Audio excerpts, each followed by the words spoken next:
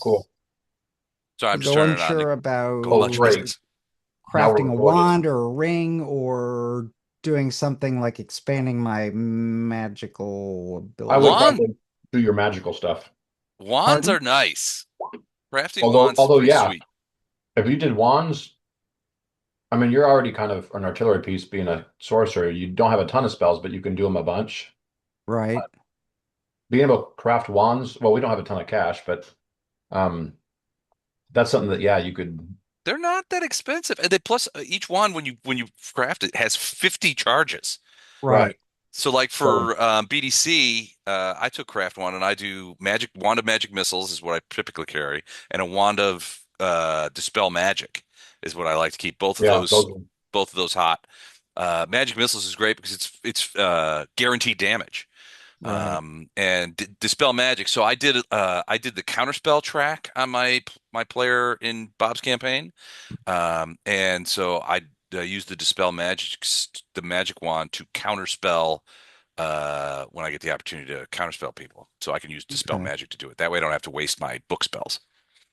right. Okay. Yeah, it looked useful, especially because if I can give my magical spells to other people in the group. Yeah, that makes us all more dangerous. Right. And I cannot learn polyglot, apparently. Maybe I got it wrong. Hold on, let me check. Even in the game. Yeah. What is the At language least according to Hero Lab, but I don't always that believe Hero the Lab. well, speak? I've got I've got Polyglot. I've got that language covered if you can't. It's no big deal. Okay. The only ones obviously available are Dwarven, Elven, and Gnome. If you can write it in, you can write in polyglot if you want. Yeah. It But yeah, it recognizes it. It just says my background doesn't allow that as a beginning language or something like that. Do you know the language huh. because your intelligence went up? Uh, I don't think my intelligence went up. I think my as a race character, Oh, I was gonna say, I did have you? the ability to learn certain languages. Oh, It Because that's gotcha. what Okay. I says always put points in linguistics, and that's how I learn languages. Yeah, me Yeah. too. I think I put some points. Maybe that's why I did put some points into linguistics. Yep, that But does it. with that, you should be able to get anything you want. Yeah. But then in Hero Lab, it won't be under your starting character area. It'll be under your journal or personal or something like that. Yeah, it's in journal, I think. You get to Oh, add languages there. And if you add oh, from that, okay, there okay, should be no limitations. okay. Yeah, what All right. Chuck said. All right. So craft wand would be a good thing for the group. I like it, but I'm the DM, so I can't really. I shouldn't be overtly. I for my characters, I like craft one when I do benches because I it's All, it all, looked all the good. monsters have craft wander. all of them now do. Yeah, Have time to use it. Yeah, I'd love like a cure mod wand or something to Yeah, or cure save light. a lot of spells, or even cure Okay. light. Yeah, so we can save his real spells for, or slots for, real spells for us. Right. Not that we need healing a lot. Let's give me a D8. You've always rolled better than me on these. I blame the got a DM. main. Oh, it Uh, doesn't say it just has to be my spells. It just says create magic rods, craft rod. You have to be able to cast it, five. whether Thanks. you're using You bet. a scroll or you're working with someone that can cast it. Okay. Gotcha. Um, And okay. but yeah, as a sorcerer, I've done it before just by if I don't have that spell, and obviously you can't just read it out of your book, so you just go buy that scroll Yep. and you blow that scroll to make the item, but at least you can still make it. Oh, Yeah, okay. Okay. Well, then give me some of them scrolls and I will get craft wand. and the relative wands are relatively cheap for the spells that they give out. Hold on.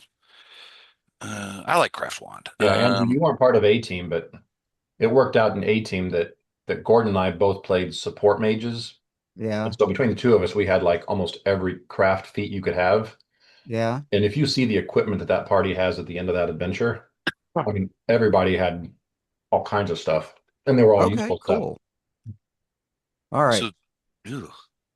Yeah, I guess wands aren't awesome. from a cost spell wise. I mean, third level spells are 250. Or 1350, 13.5 for a sorcerer. I keep forgetting that you're a sorcerer. Um, so 13,500, but Mm. that's doable for a third level spell. Fourth level spells 24. Oh yeah, wands I'd are have only to good. extrapolate out. Yeah, wands are only good at first and second level. After that, they Yeah, get too cost prohibitive. they Even do. still, at 13.5, that's for 50 third level spells. Yep. Yeah, that anyone can cast. Not 150. Right. Okay. And you can just burn a one-use scroll and create a wand with 50 charges? Well, there's Yeah. extra No, you there's got the to extra cost, you but do half the cost of the wand. Yeah. So if it's a 13,000 gold piece wand, you got to spend like 6 or 7 grand plus yeah. that one scroll and the Okay. time it takes. It takes 1,000 for every 1,000 gold pieces. It takes a day's worth of time to make it. Okay. So to create a 1 second.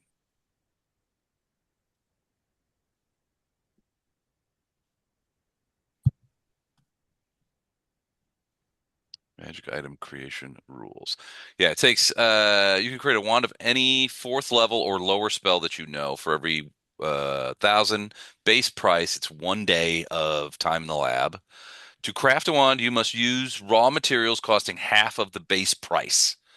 It has 50 charges. So a base price, yeah, base price of a third level spell wand is 13.5. Half of that would be 675, Yeah, 750. 6, 750. Yep. So you pay that. If you don't have that spell to make it, you'd have to You get a have to get the scroll of that spell. spell just during the crafting process. Okay. But 6 grand for 50 third level spells Yeah, is that's still pretty pretty awesome. good. Okay, cool. But Thank you like for I the said, advice. wands really shine at first level wands are amazing. They're super cheap, and yet Yeah. you cast them without even thinking about it. Okay. Second, So at the cost for third level, it's 135 gold pieces a spell, a charge. Oh, For cost. So it's like 50 to it's like 6750 divided by 50 is 135. Mhm. At fourth level, it's 12,000 divided by 50. So for fourth level spells, it'd be 240 a spell. But that's for a fourth level spell. So I think that's pretty good. those are yeah. cool. Then at I, second level spell, it's 3 grand divided by 50. What's that? 60? Yeah, 60 gold pieces for a Yeah, second level per spell for second level spell. that'd be cure mod Yep. Yeah. or lesser restoration. Although we don't really have a lot of restorations. Probably wouldn't be useful for that. Cure Well, mod. as soon as you say that, our Yeah. next whole module is going to be nothing but undead that drain levels. Nothing but That, loppers and yeah. lopping off arms and legs.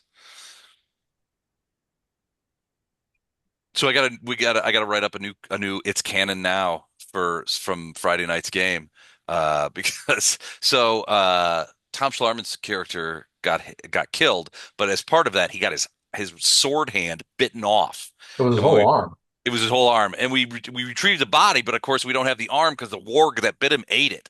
Stupid So ward. so we were going back and forth about how do we get his arm back, and it was like either raise dead and regeneration or resurrection. And one of the interesting parts about resurrection spell is it comes back. You can only have like pieces of a body. You do resurrection, the whole body comes back perfectly healed. But there's an interesting implication to that I think it was you that brought up, Mike, was the idea of like every scar, every callus that you have, if you're killed and you're brought back in resurrection, all those are healed. If you've got bad eyes or that kind of stuff, it's all healed, right? So, Mhm. so we were joking that Tom's character sort of reappeared in Sternhaven, sort of like a giant baby, no calluses, no scars, nothing, all pink All and the skin delicious. baby smooth. Yeah, So it's canon now. it's canon now. I got to write it up and then I'll get it on there. So that's all we're using from now on. So I'm actually gonna research. Well, so I've got calluses all over my hands, right? So But if I didn't, Okay, Les, would you know that this would be? game, Do right? you blister more easily if you don't have calluses on your hands? Sure. Yeah, Is that what happens? Okay. Yeah. Yeah. you build the calluses up that you for things you do a lot that Hmm. help protect you from getting blisters. So Tom Simon's character is going to be rough for a bit. Yeah. That I was would have. such a city boy thing to say too, by the way, Les. Good Lord. What? What? Like the City boy. calluses protect me from blisters? I didn't. I don't know. I got them. I just don't know what they do.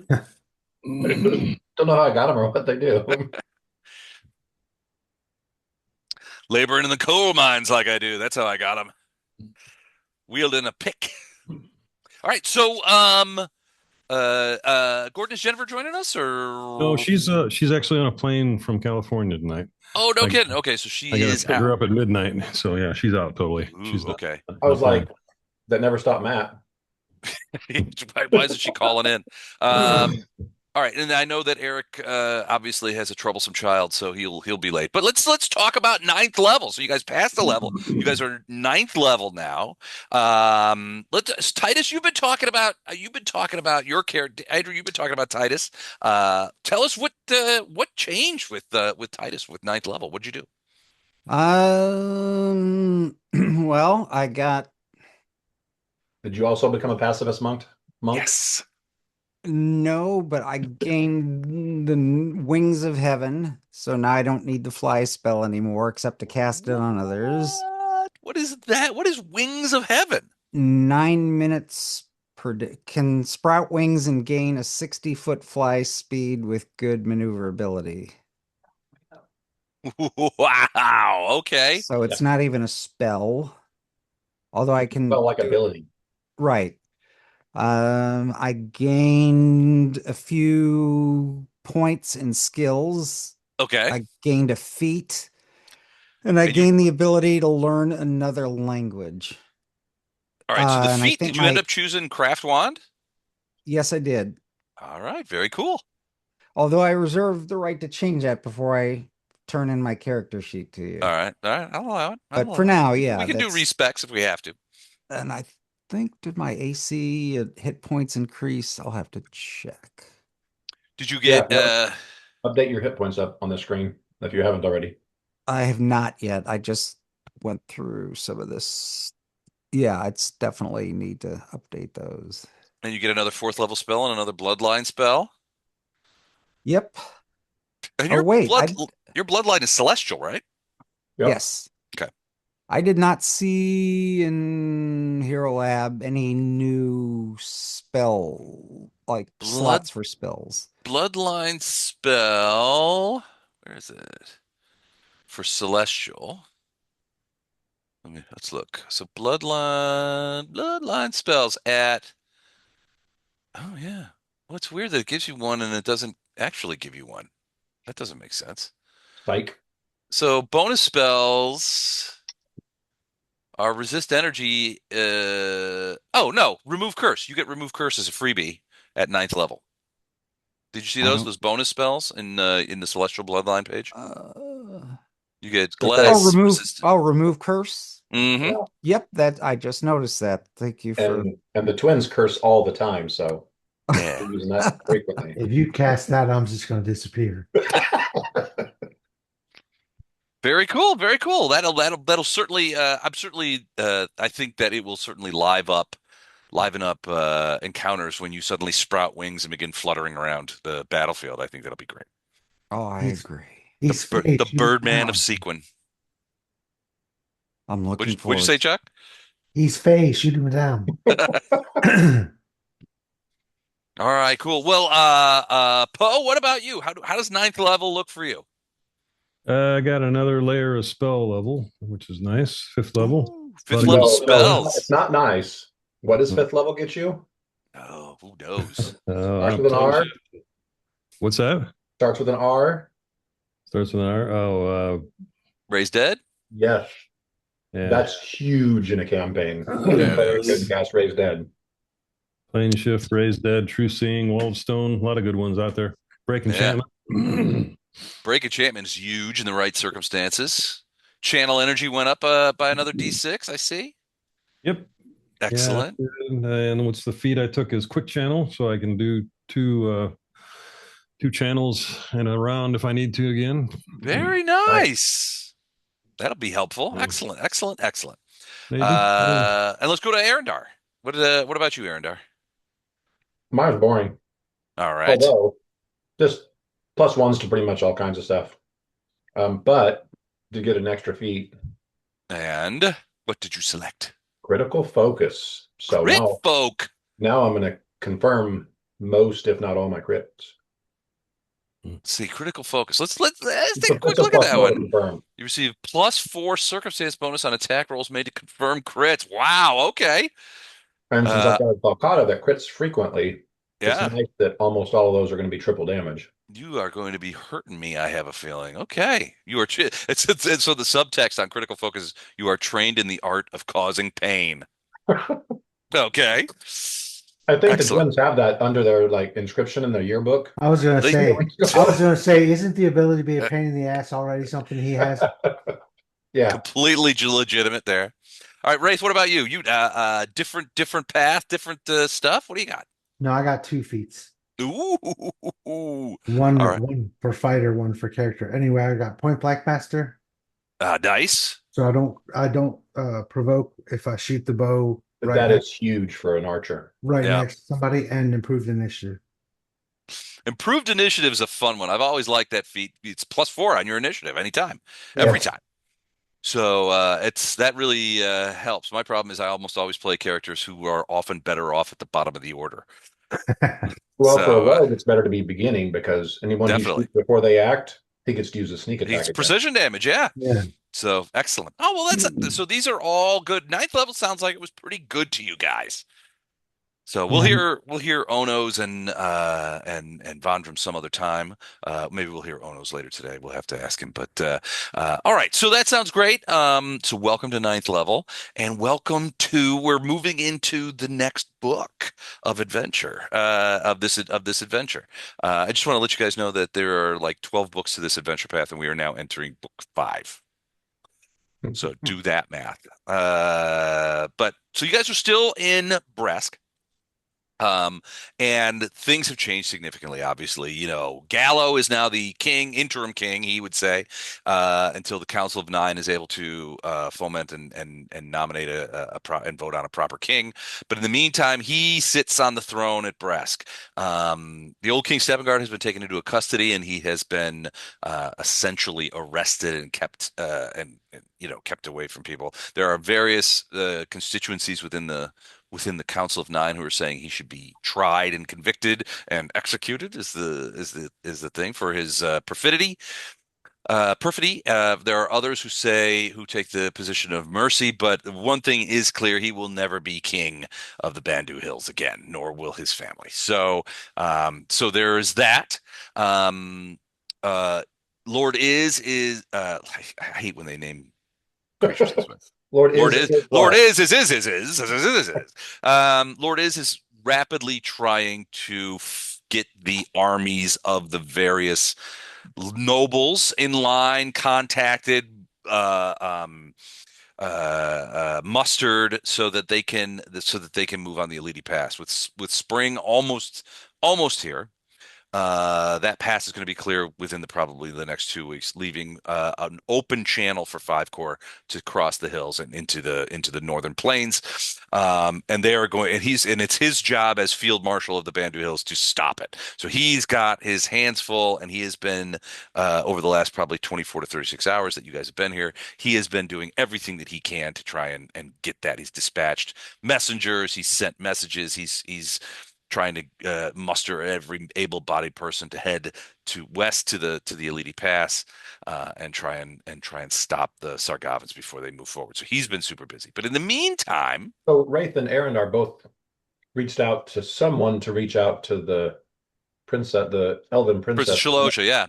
Do we know if that has got them any reinforcements or not? Don't know if that has arrived. You have not received any information back. You got the message Okay. out, but whether or not she received it. Keep in mind that Princess Shalosha is out there, sort of. I mean, they're the They're Elvish. fighting their own line. Yeah, they're fighting their own line, and they're cavalry, which means they're moving around a lot. So the Elvish forces are largely, not entirely, but largely comprised of cavalry, of which Princess Shalosha, is a commander. Obviously she's going to be traveling hither and yon, trying to squelch fights and skirmish and do those kind of things. So not sure if she received the message, but it's certainly possible. Your messages have gotten through before, so this is all good. But so in the meantime, you guys are in the meantime, Balin has mentioned to you that the time has come that to go back to Seaquen. There's very little for you guys to do here at this point. I mean, theoretically, you could join Lord Iz's army in the army of the Bandu, but in Balin's mind, essentially, if your character wanted to do that, that would take them out of the campaign, and you could make another character. So there's an opportunity if you're sick of your character and you want to do something else. At this point, you could volunteer to be a captain in Lord Iz's army and stay with the dwarves of the Bandu and fight against the Sargavans here and re-roll another character. So that's always an option. So just as a side note, um, I've played in many campaigns and I've been a DM in many campaigns, and I know that sometimes you build a character that you end up not liking very much. I've done it. I know a lot of How people about have if done it. someone else builds a character that you don't like? That happens all the time as a DM. So, but sometimes you just get sick of a character and you're just like, but you don't want to commit suicide. So I have a standing rule, and I'll reiterate it now, that if you have a character that you want to get rid of, or you want to try something new, or you're just unhappy with how things have developed with that particular character, talk to me. Usually, if the problems that you're facing with your character can be cured by a respec, I usually allow every player a free respec where you can just start again from level one and respec all your feats and stuff like that. And you can do that and do that. But if that's not going to fix what ails your character, come to me. We'll either retire or kill that character in a way that furthers the story, and you can start a new character, and we'll figure out a way to reintroduce that character into the party. And if you're lucky, you get to play a doppelganger that replaces them and steals stuff from the party. It's really fun. So that is that, and it was great when that happened. So I don't know if some of you may know this story, but Mike, we were in a previous campaign, had to drop out for a little while because of work stuff. I think it was work stuff, right? You just Yep. everything else later, but he knew it wasn't good. He had a couple of weeks before it was going to happen, so we got together and we decided that we were going to replace Mike's player character with a doppelganger who went with the party for a while, and Mike was actually playing the doppelganger, and they were in the bottom of this mansion where they were trying to find a minor artifact, which they found, and Mike was like, I'll take that," and then immediately took off running. And everybody was sort of standing there flummoxed, going, "Why is Mike running out of the building with the artifact that we just found? What is this?" And Mike's like going, "Whoop whoop whoop whoopee," out with the whole magic. They didn't. They don't know. It was a great day. So, but yeah, if you get sick of your character, call me. We'll figure it out. So the one thing, if we're going home, we do have some money, and Mhm. Mike, you sent out whatever that is. I'm guessing that's the whole. So you'll have to get everybody's cut from that, the money that you found. But not to do it like while we're playing, but could we go to the place here that's like the magic shop and buy Oh, yeah. stuff? Before you leave, absolutely. Okay. Well, I'll look at how much money I have and just send you a list, because those magic Now, shops. I will say we are heading back home, and the Lyceum has historically It is the magic school of the either region. built stuff for us at cost or just gave us a steep discount to build it for us. No, okay, we can get it there. And so we Might be could do cheaper. it. So we've got add items for the journey there, but if you can hold off, you're probably going to get better bang for your buck if you wait till we get back home and then buy there. Okay, that works. Cool. All right. So, but before you leave Bresk, obviously you have to say your goodbyes. And the first thing that you realize, a messenger actually comes to Naren Barrowborn's, where you guys are staying, that mansion, that friend of Gallo's, and says that there's a messenger from Lady Dane has come to see you and requests that you guys come to see her. She has regained consciousness and wishes to meet with you immediately, if not So sooner. we immediately say, unless you got any pictures, we didn't do it. Yeah, we did do it. Well, she knows what you did. But all right, so you guys follow, go with this messenger. You go across the city to one of the wealthier parts of Bresk, to a very fine sort of manor house, carved right into the living rock of the wall. And this is Lady Dane's mansion here in Bresk when she's not at her castle back in the thing. You are escorted inside, and there is evidence of opulence everywhere. Lady Dane, as you know, may not be the richest noble in the Council of Nine, but she's right up there, and it's probably a back and forth. But she's quite wealthy, and a lot of that wealth is from her domain. She has a very wealthy domain. But as you guys are escorted in to her chambers, you can see that she is Oh, resting. she changed quite a bit. She's resting. Well, and she's got the cord over there. And when she speaks, it's in a rasp. Welcome. I'm glad you could come in. Come in. I need to talk to you. Hmm. She gestures you in, and her servants sort of escort you. And then she's like, "I'll be fine." And she sort of beckons the servants, and they withdraw, closing the door behind. And basically, she So says, they escort a bunch of guys with weapons and stuff in there, and she's like, "No, I'm good." "Yeah." She's like, "I got this. I'll just yell if I need something." And she says, "Look, and I'm not going to do the voice because I'll end up Right. having that voice all night. But it basically is just, look, you guys saved my life. I have no doubt in my mind that hadn't been for the timely intercession of Titus and Ono, that I would be dead right now. And so everybody, and she kind of like is like, everybody thinks that because I'm rich, that I don't understand, that I'm separated, that I don't understand gratitude, that I don't understand obligation, that I don't understand the concept of noblesse oblige, but I absolutely do. She's like, my personality is such where, sometimes those those qualities aren't always in evidence, but she goes, I very much understand that I am in great debt to you. In fact, a debt that I likely cannot pay, but I want to give you some gifts, as a way of saying thank you. And the first thing, and I'm just going to go ahead and roll this out here. The first thing that she does, then the servants come back in. And each of them approaches each of you. And the first thing that you see is a small box, about the size of, say, I don't know, like a very small jewelry box or something like that. And each of them, when you open them up, has a selection of nine They're role-playing gems. dice, aren't they? They're roll 20 dice, yes. They're like, here, take these.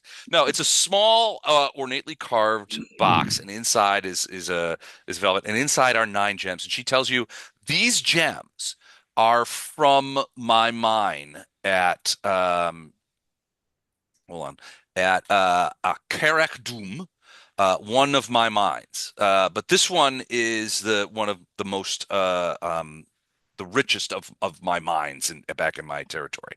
These gems are all gems from those mines, and I wanted you to have them as a symbol of my esteem and my thanks. And each box holds the same selection of gems. These nine different kinds of gems that are all in there. From a strictly monetary stance, they're each of those gems is worth about 250 gold pieces. So the total of the box would be 2250. But she hopes that you will keep these gems because for what they represent. And then another servant comes in and gives each of you a scroll. And you open it up, and It's an invoice, isn't it? it's Huh. not an invoice. It's sort of the opposite of an invoice. It's written in both Common and Dwarvish, and it says, "By the order of Lady Constance Dean of the Council of Nine, the Bandu Hills, be it known that by hammer and by hearth, hear me, I am Lady Constance Dean, sworn daughter of the Deep Halls and lawful holder of the Carrack Doom Load. By ancient right and witnessed oath, I grant unto each of you 100th share of that mine's yield, stone, silver, and all honest metal drawn therefrom. Wow. This gift is not in coin alone, but in standing, a voice in its keeping, a claim upon its profit, and the protection of my name. You stood between me and death when stone and steel failed. Dwarves do not forget such debts. Let this share bind us as surely as iron binds the mountain." And it's signed Dean at the bottom. So you guys now each have 100th share of the Carrack Doom mine in Lady Dane's domain. And you are essentially, in this regard, her business partners. What's the name of the mine again? The Carrack Doom. You'll I've showed you the document, so you can pull that up at your leisure. And really, Carrack Doom. It's Karrak dash DUM, and the U has that sort of umlaut looking fucker over it. Basically, she's given you a share in this mine, and she's made you essentially, to a certain extent, her business partners. These mines. So there's another servant that comes in, another dwarf who looks to be quite studious and an academic of sorts, whom she introduces as her economist, her master of business. And he tells you that each of those shares, in general, while there are some fluctuations based on the thing, each of those shares of the mine is worth between 200 and 300 gold pieces a month. Now she says to you, "I know that you will be traveling, you'll be leaving Bresk, but I have instructed my master of business that your monthly share of the profits, the revenues of that mine, will be set aside for you, and at your you let me know what your convenience is, be it every 6 months or a year. The those savings will be sent to you." Either in Seaquen or wherever you designate that you want that money to be sent. Wow. That's pretty awesome. So it'll vary from month to month, but the master of business basically tells you that the average output of that mine on a 100th share basis is between 200 and 300 gold pieces a month. So we're mine pimps now. Awesome. Well, business partners, right? So you don't have to do any mining, which is good, and you don't have to sell any gems, which is good. But she wanted everybody there to understand that this was important to her. So, and she wanted to make this profitable. The reality is, if you guys, when your characters retire, Lady Timor has offered you essentially land and homesteads in her valley. Right. With the income that is garnered from this mine, I mean, you got to understand in this kind of milieu, the average daily wages for a laborer, a worker, a skilled worker, well, not, but a regular worker would probably be between 10 and 20 silver pieces a day. So like half a If not, gold, yeah. right? A skilled worker would be between twice and 5 times that, depending on the type of work they do, right? So this represents so probably twice the monthly income of a highly skilled worker. Say a skilled scribe or a good blacksmith. Which Yeah, means if that's you guys nice. decided to retire, between this income from the mines and the land and homestead areas in Lady Timor's thing, you guys could come back after retirement, could What's come back to that? the Bandu Hills and live a very comfortable life. Sweet. So, second, she looks at you, Titus, and she says, "Titus, you and Ono were instrumental. I mean, were directly involved in saving me. And so I have something specifically for you. She's like, I've had this for a long time and I've had no use for it. But now it seems almost as if the dwarven pantheon is smiling down upon the Bandu Hills to put you here today and me in a position where I am in your debt. And so I'm going to just show it to everybody here if you're cool with that. So she has one of her servants comes out with a mirror. It's a small handheld mirror with gold and white filigree around it. And when you look inside it, your image is very clear in it. It's very finely crafted. It has a little loop at the top where if you were going to hang it on a chain, it's not very heavy at all. It's quite small. And you could hang it on a chain around your neck or carry it in some other way with some sort of binding on that little hoop. But it does radiate moderate illusion and divination magic. It is a hand mirror of polished silver, white gold filigree. When it is held by a sorcerer of the celestial bloodline, the reflection shifts. You will see wings, light, or judgment upon you, depending on your actions. It has powers. So the first power it has on once per day, you can do reveal the line, where you gaze into the mirror and you gain a +1 sacred bonus to the DC and attack rolls of the next spell that you cast. And if the spell deals damage, it gains the good descriptor, which has implications for things like damage resistance and things like that when you're fighting evil creatures.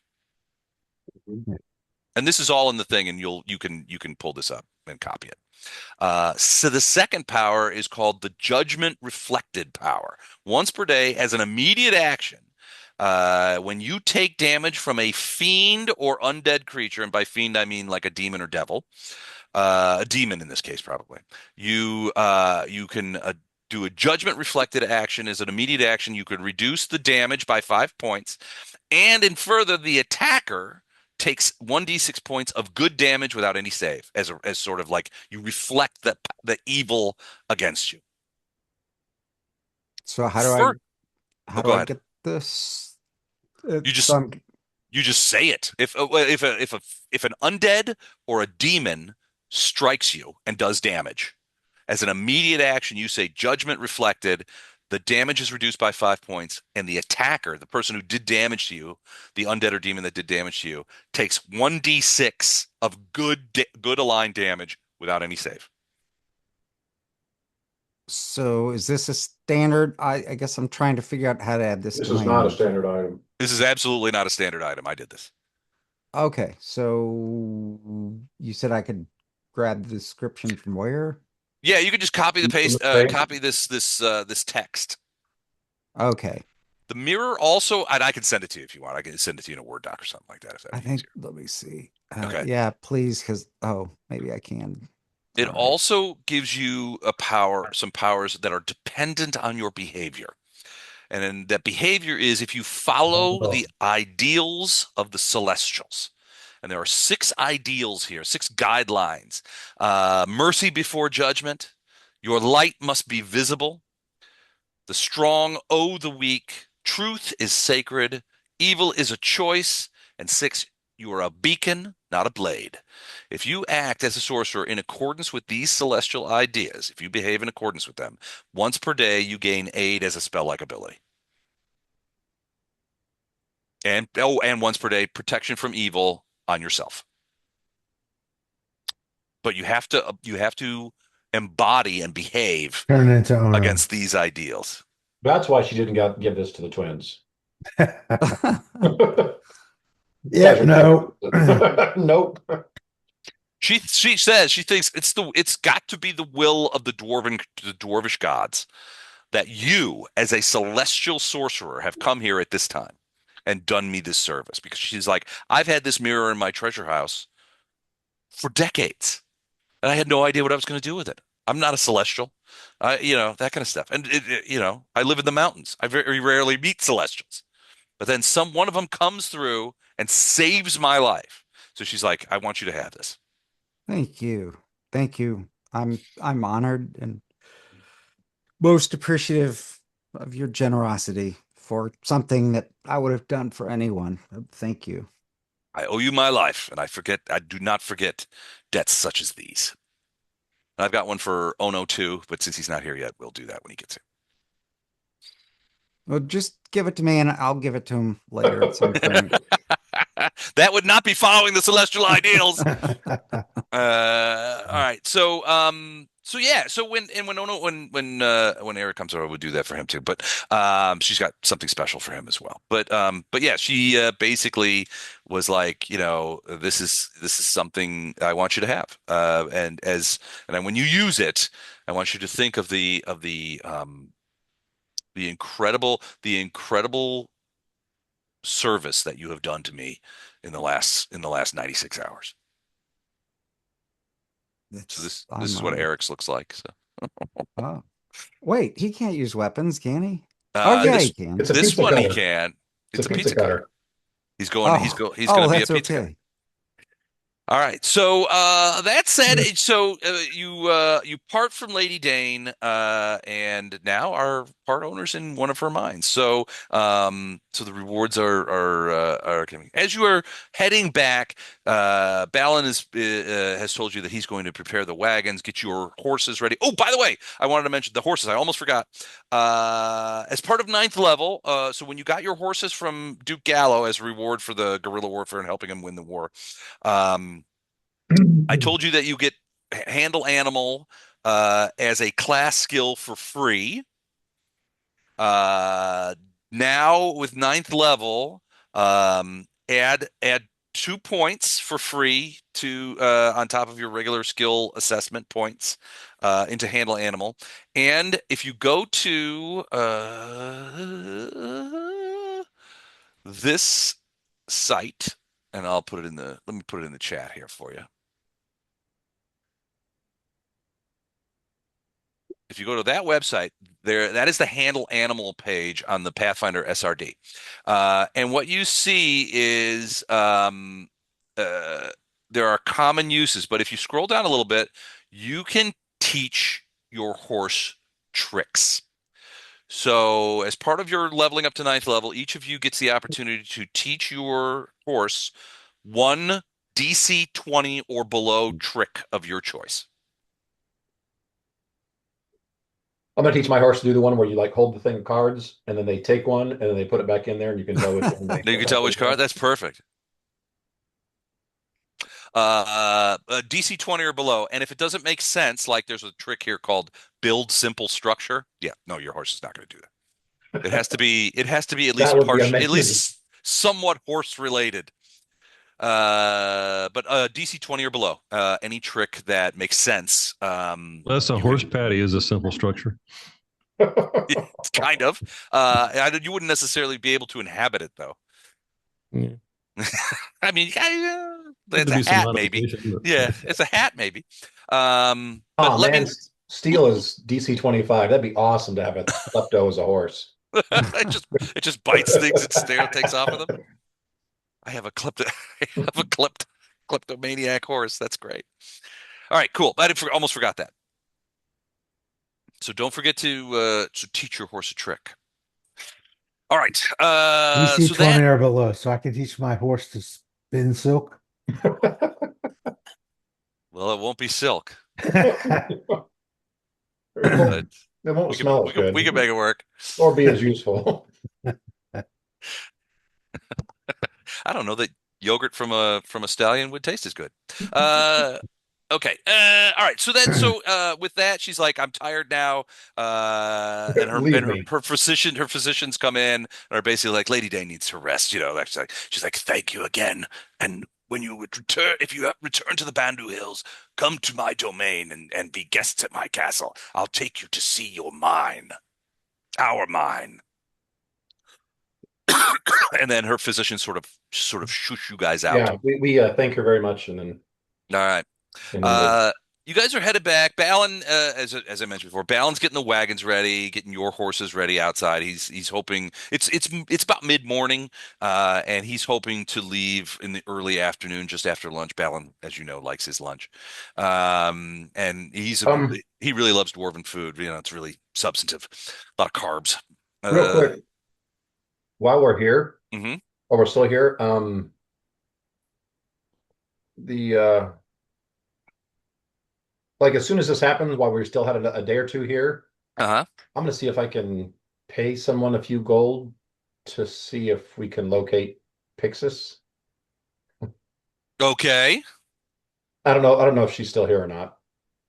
Um, So, and while you guys are still here, after all this is done, you guys are, when the king's safely in custody and everything's sort of like rebuilding, you guys are visited by Sergeant Relk, who that comes was my by second one. from the It's like Talons. Yeah, he's I want like, to make "Oh, sure, I can't believe what happened. This is crazy. You guys have really and ruined this town, that kind of thing." and definitely want to while we've got a little bit of pull, Hmm. we need to get him promoted or get him something better than what he's got. You could petition the king. So the Talons are Yeah, are the right. direct arm of the Oh, it's king. the king. So Dashkaban, he kind of knows us a bit. Gallo, you mean? Or Gallo, yeah, Yeah, he knows us a little bit. somewhat familiar. Yeah. I'm going to tell him, make sure he knows this is one of the good ones, Okay. and he's so much better than what his current position is. You need to rely on him. Gotcha. Okay, cool. That'd be a very nice thing. He would be much in your debt. But he's great to find you guys. Is like you got time for drinks? Let's go. I'm off duty for the next 24 hours. But it sounds like he tells you it sounds like that a lot of Talon and ex-Talon are being sort of amalgamated into the King's army. Lord Is has already sort of called up and basically said, "Look, we need to If you can fight, come with me. it's like that poor kid in the at that one battle in Lord of the Rings where he's like, 'This is a good sword. An orc will probably take it away from you and stick it right up your ass, but it's a good sword.'" It's a good Um, sword. so there, yeah. So is already sort of nationalizing a lot of those forces to try and get things going. But yeah, he's like, "I've got some time before I have to muster and head west. Do you guys have time for drinks? That kind of stuff. We can catch up and that kind of thing." He hopes that Yeah. there's time for that. If you mentioned to Relk about Pixis, he's still a little burnt up about the fact that they let Pixis go. Sort Mhm. of overruled him when he put her in jail the first time. And so he hasn't heard anything from her since then, but he can ask around. I can make some discreet inquiries. Okay. And how do I get a hold of you? Because you guys are leaving, right? Oh, if it's after we left, then don't worry about it. Well, I can send messages to. I could. I'll tell you what. It's not that important. It was just if we can catch her before we leave town. Arendar He's would like to, but he it's hasn't not a heard huge anything deal. about her. Yeah, Okay. and It's she was. possible after our last interaction, she bolted That was probably what 3 days ago 3 or 4 days ago. when Yeah. she visited you guys at Barrelborns. Yeah. Yeah, so 3, 4, almost 4 days ago. Yeah, I mean, She she's a didn't seem gut, like she she's was a comfortable gutsy sticking gal. around. Yeah, Yeah. she's a gutsy gal. But she'd already been pushing her luck with the disguise Right. hat as a guard, Right. uh, in the exact place. So yeah, so So I it would said, not be out of the not a realm huge of deal, just yeah, it would not be out of the realm of possibility for her to have bolted, right. especially with spring coming on, which means it would not be the weather outside would not be as hard, especially going down in the valley if she was going that way, or Mhm. even towards them, even if she's moving south. Right. Okay. Like I said, not a huge deal, just if it could happen. He'll ask around, and if he finds out anything, he'll get back to you. But because he's like, the moment you mention her, he's like, "Yeah, I wonder whatever happened to her. I wish I could, I'd like to slap some manacles on her, because I don't know what happened there." But yeah, he's very cheerful. He's pretty pleased. He said there's a lot of talents who weren't awesome. And there's been Right. something he'll admit there's been something of a purge. Once Steppengard, it was obvious that Steppengard was out of his damn mind. And he was taken into custody and all these kind of things. Once that came around, well, a couple, more than a couple grudges got settled Mhm. within the talents. So he's like, it wasn't a lot of those guys weren't awesome, and a lot of the things that happened to them in the last 48 hours was equally not awesome. Was not awesome. It's the Talons are tightening up. But even then, Lord is sort of calling that whole thing. There'll still be a Talon presence in Bresk, but it'll be largely ceremonial, is the way everybody's talking about it. Anybody worth their salt is heading west to Is the yeah, elite. going to fight. Is going to fight at the Elite Pass. So. But yeah, he's you guys get to spend a convivial couple of hours with Relk, several drinks, and it's but he's very appreciative. Basically, he's like, I'm very glad that you guys came through this okay. He goes, we only hear sort of rumors and sort of secondhand stories about what happened at the banquet, and so like anything like this, the tail grows taller on down the line, right? So Uh-huh. it's you guys were there, so you know what happened, and I don't know if you want to share that information with him or not, but If he basically asked, Arendar would. yeah, I mean, he'd be curious, certainly. He's like, what in the hell happened?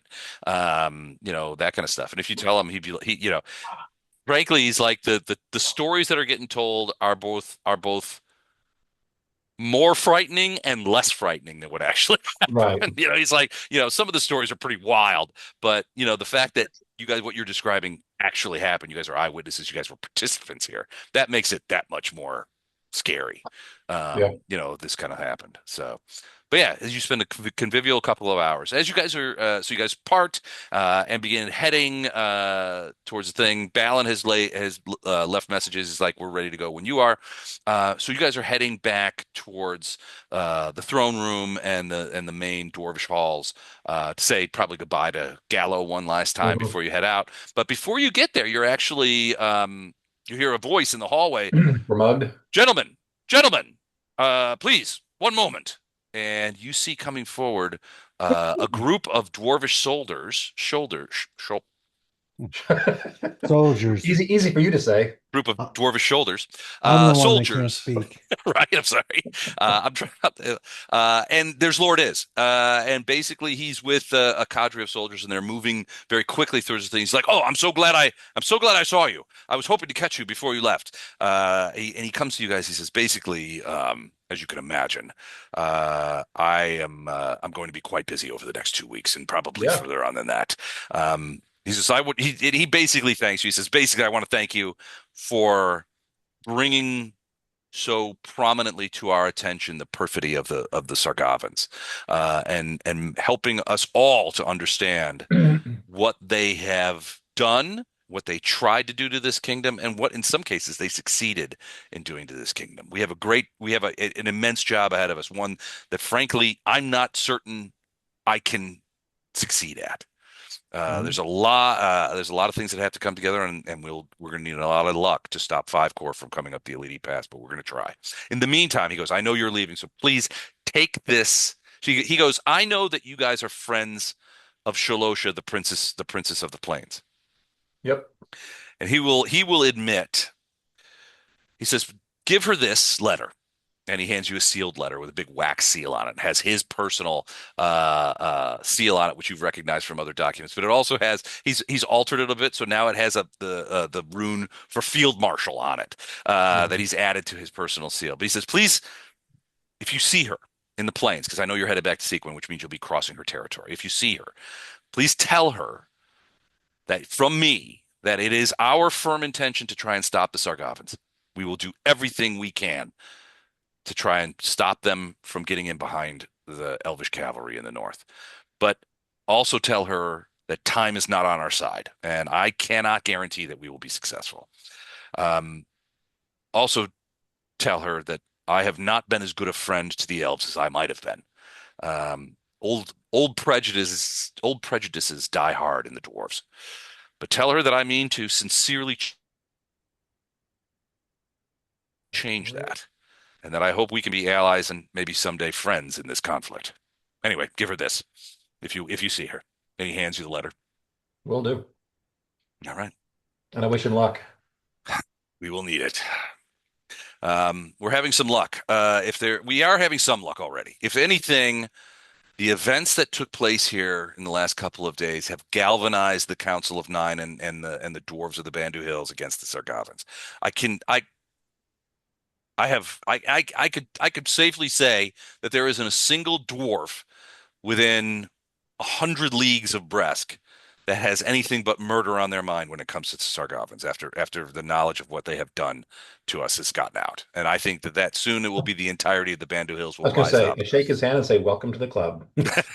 Welcome to the fight, big boy. So he's like, we're gonna do what we can. Luckily, Gallo, the king's forces are already on the Elite Gap, and they will be front lines. As we try and get out there. I'm personally going to lead the king's forces there, and we're leaving tomorrow. And so that being said, I have much to do. But if you can get that letter to her, I would be in your debt. Yes, we will. If we see her, we'll definitely make sure she gets it. All right, and then he moves on, clump away as talking to his soldiers, his adjutants, and stuff like that. And the you continue heading towards the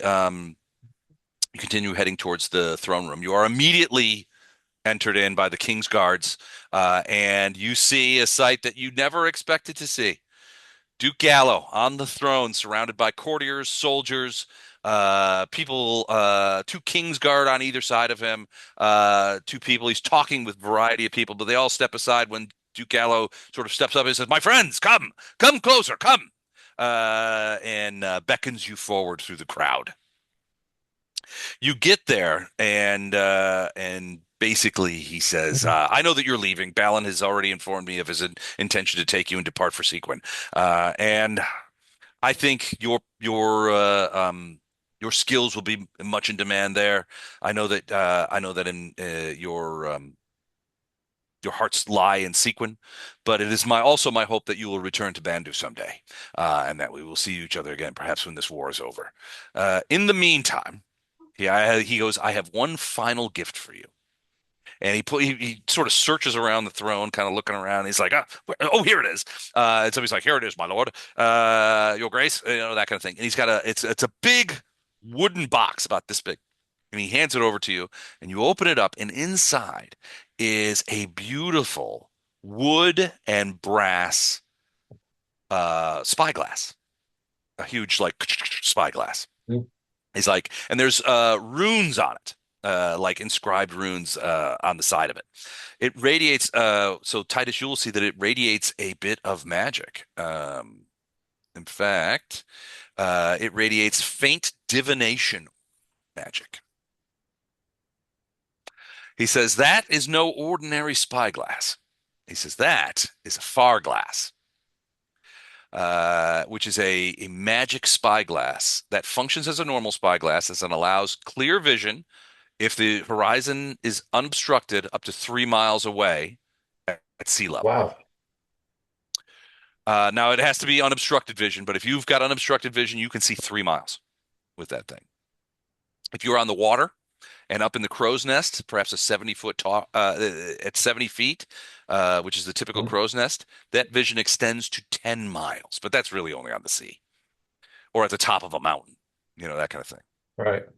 Once per day, when you use this far glass, you can activate clairaudience or clairvoyance effect on it and what you see, meaning you can hear them. You can hear what's going on there. So clairaudience, clairvoyance creates an invisible magical sensor at a specific locations that allows you to hear or see. You'll already be seeing, so it would be here, almost as if you were there.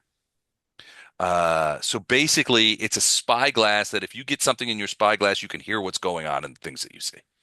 Once per day, you can use the spyglass anytime you want, but once per day you can activate the listen in feature. Sweet. It's called a far glass.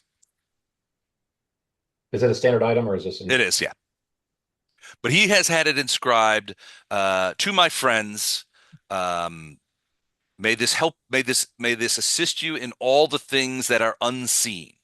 And it's incised King Gallo. I make sure I use his title when I thank him. Like, "Thank you, King," just because I'm not used to calling him that. And yep, there's going to be a What's it smirk as I called? call him that too. Thank you, King. Far glass. Okay. A far glass, yeah. All right, and he's like, I know that it is time for you to leave us.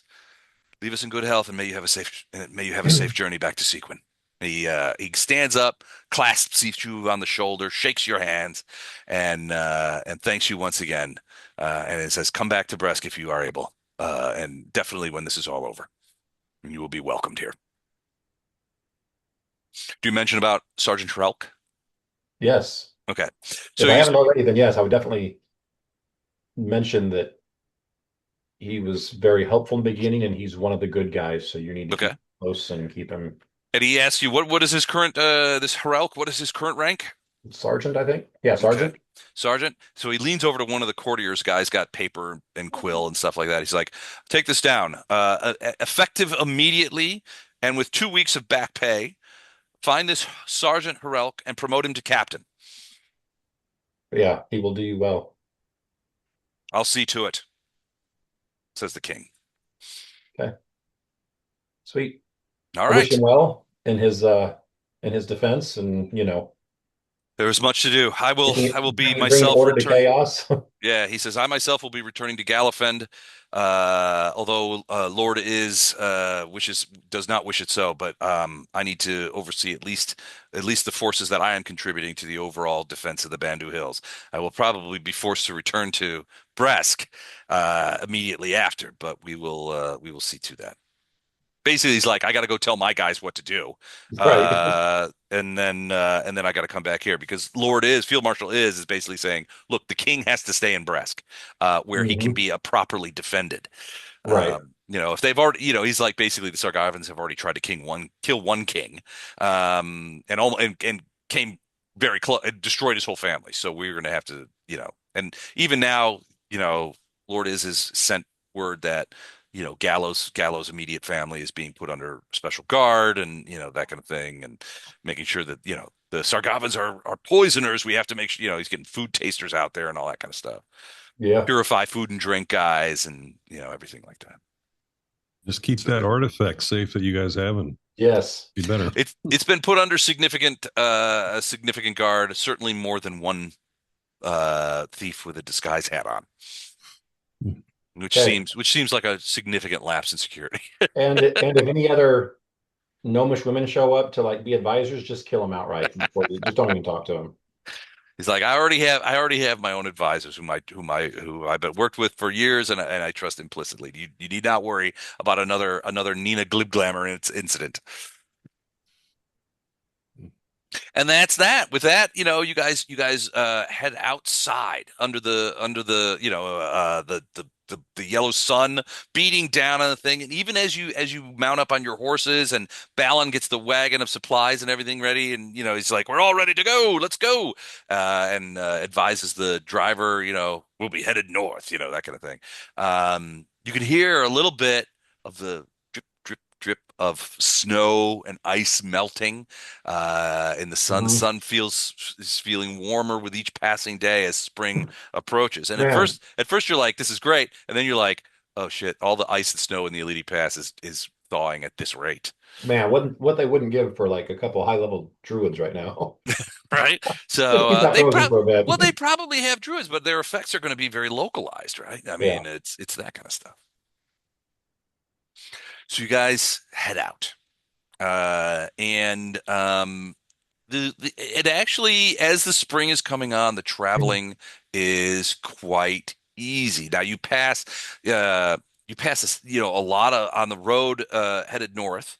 We're not Um, nervous of the talons that we passed from here on out. no, you're not noticing the talons, but you are noticing groups of soldiers, and in more than one case, these soldiers are riding, big thick war ponies, and they're moving at breakneck pace. So you suspect that they may be messengers or something like that. And they seem to be emerging from Bresk and going in all directions, which makes sense.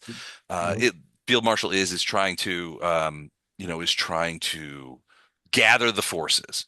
And he's having, it's not going to be easy. The Bandu Hills is a long, thin line of mountains, and the domains are well dispersed. So it's going to be difficult to get to focus. The good part is the Ledi Gap is almost in the direct middle of the Bandu Hills, which means, it's not Right. like you have people having to go from one end to the other. They're all coming to the middle.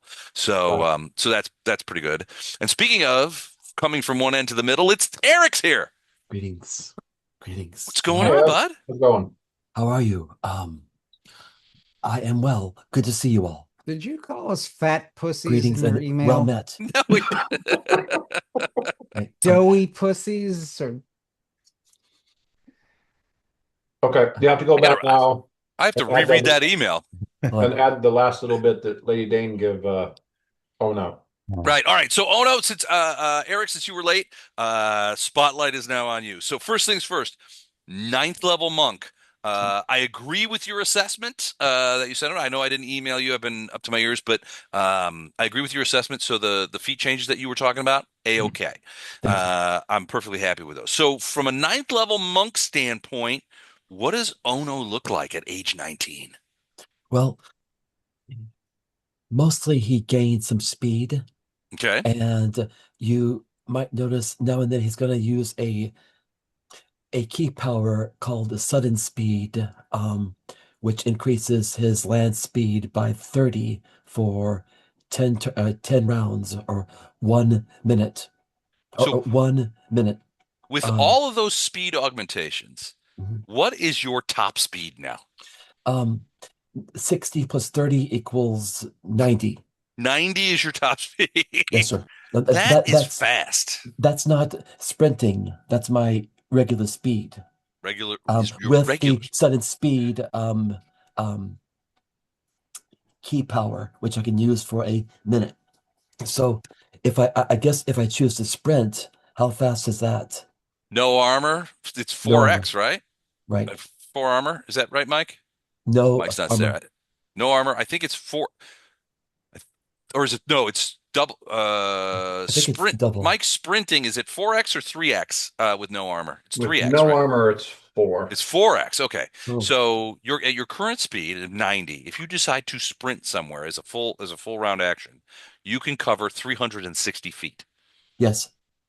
which means you're running 120 yards in 6 seconds. That's pretty fast. I don't know what how I could did you in the run 100 yard. faster than I fly? I think that's faster. How fast is Usain Bolt? I don't know. Anyway, Yeah, you're going from like the goalpost to the goalpost in 6 seconds yeah. from football. So, and if he chooses also to wind jump, he can fly 360 feet. Usain's 100-meter world record is 9.58 seconds. So you are faster than Usain Bolt. You're Now it's 50% faster than that. Yep, that's So, fast. and that's my chief thing. I mean, oh no, if you got to get a guy in a place real fast, and if the place happens to be up on a cliff or up in a tree or something, to send, oh no, if there's an archer up there or a magic user, whatever, oh no, can reach him and deliver a punch. And last we had talked about the Mm-hmm. style punch. Yep, and that's still good too. Okay. Yeah, that's So, fine too. um, Ono added a spinning kick style punch. So it's a kick, but it's a style punch. So anyway, one of his flurry of blows can be a stunning punch feat, and another, I believe, Les, you can let me use a style Mm-hmm. That's correct. strike, which could be a spinning kick, That's- or what's the other one that I chose? I forget. I forget it too. Yeah. I remember the spinning Let's see. kick. So, but yeah, either one of those is fine. So that's mainly what Ono gets. And Les, if you have time, I would like to roll hit points. Okay, you want me to roll them for you, or do you want to roll? Um, let me roll, and if I hate it, could you roll? Of Yep. course. I appreciate But you. if you ask me to roll for you, you have to take what I roll, even if Yes, it sir. sucks. Okay, gotcha. I'm gonna roll this dice now. And Oh, there you go. What did I get? 8. An 8. Yeah, I would definitely keep that one. I'll keep that one. So great. So my hit points go up by 8. Perfect. Plus my con, which is I get a +2. Excellent. So thank you. You're All welcome. done. So he'll need to update his hit points You on gotta the go to bed now. main screen. Yeah. Oh, yeah. Let me move that. You gotta go to bed. No, shh. No, that was several minutes ago. Hold on. Let me turn. No, Update your hit points on this sheet when you get a moment. All right, but in the meantime, something that you missed was the party was sent by messenger to visit Lady Dane. It turns out Lady Dane has survived her injuries and called the party here to talk with her, Berate us. to berate you for why did you do that? I was trying to commit suicide. Um, did he go? He left. And he went muted. And he muted. All right, well, we'll wait till he comes back. He'll probably come back. I like this model of Lady Dane better than the other one. Yeah, it wasn't as good. She kind of had a Red Queen thing working on that other one. This is AI. This is AI, yeah. So, so Eric, Lady Dane, it turns out messengers come to where you guys are staying and basically say, Lady Dane has regained consciousness and she wishes that you all come to visit her. When you come in and you guys are ushered into her rooms and she's got this raspy voice. She can't really talk, but she wants to thank all you guys. And the first thing that she did was she gave each of you a box of gems that looks like this. So wow. it's a little box with 9 gems in it. Yours only has 8 in it Yeah, for some reason. yours because Wraith was there, but yours. So it has 9 gems. Each of the gems He doesn't care about money. he does care about. Each of the gems is worth 250 gold pieces, which makes the whole thing worth about 2250 because there's 9 different gems in it. But she's like, I hope you won't spend these because they are representative of my next gift for you all, which is this. So basically, more servants bring in these scrolls, and if you read them, it says, "By the order of Lady Constance Dane of the Council of Nine of the Bandu Hills, by hammer and hearth, hear me. I am Constance Dane, sworn daughter of the Deep Halls and lawful holder of the Karak Doom Lode, which is a mine in her territory. By ancient right and witnessed oath, I grant unto each of you 100th share of the mine's yield, stone, Wow. silver, and all honest metal drawn therefrom. This gift is not coin alone, but standing, because you now have a voice in its keeping, a claim upon its profit, and the protection of my name. You stood between me and death when stone and steel failed. Dwarves do not forget such debts. Let this share bind us as surely as iron binds mountain. Signed, Dane. You are now 100th shareholder in the Karak Doom mine in Lady Dane's domain. See, Eric, aren't you glad that Ono didn't boot her to the head? You wanted to boot a bunch of nobles. Glad you didn't boot her. So this is what Wow. the mine looks like. It is a productive mine, and her master of business basically has explained to you that share in the mine represents between, generally speaking, on a monthly rate between 200 and 300 gold pieces a month. Would be 100th Wow. share of the profits of that. That being said, if you put that together with some of the other gifts you have, like Lady Timor offered you guys, she said, well, if you ever come back, you want to stay in the Bandu Hills, I have land and homestead set aside for you. You can stay in my domain. If you get land and a homestead from Lady Timor and you rely on the 200 to 300 gold pieces a month income from the mine, that would be enough for a very comfortable life in the Bandu Hills once you decided to retire or anything like that. So it's quite a gift. But she said, "Oh no, especially you and Titus were instrumental in. I mean, you guys directly saved my life." She goes, "I have no doubt in my mind that I would be dead if it weren't for you and Titus's efforts, and so I want to give you something special." And she offers to you this. There you go. So you may not recognize this, but it is a comma of the type that you use as a weapon, a KAMA. Is engraved with dwarvish sigils, and it radiates a faint transmutation aura. She says, "This is a monk's weapon, and it is a monk's weapon that will grow with you as you grow to become a monk. Hmm. A more powerful monk." She's like, "You're 19 years old. You haven't traversed the bulk of your life yet." And so this is what happens with it. So it is a Kama monk weapon. It appears to be a deliberately unfinished blade is sharp, but it's unpolished. The tang is wrapped in plain cord, and the balance almost feels right. Dwarven runes along the spine translate roughly to tools become weapons only when needed. So initially, it serves as a masterwork comma, counts as a monk weapon. It would be worthless to anybody else but a monk. So you really can't. There's nobody who would buy it. Nobody would. You couldn't sell it. And it is radiate faints. It radiates magic, but does not have an enhancement bonus Wow. yet. This is, she explains to you, this is a weapon that grows with you as a character. So this first stage of the weapon, I've put here. There are multiple stages, but the first stage is it has requirements of you. It requires that you use this comma at some point to harvest or prepare food for others. Stage one Yes. is the hands that feed. You have to, at some point, resolve a serious conflict without killing anyone. Mhm. And you have to spend some downtime studying or writing, library, journals, notes, whatever. You have to become.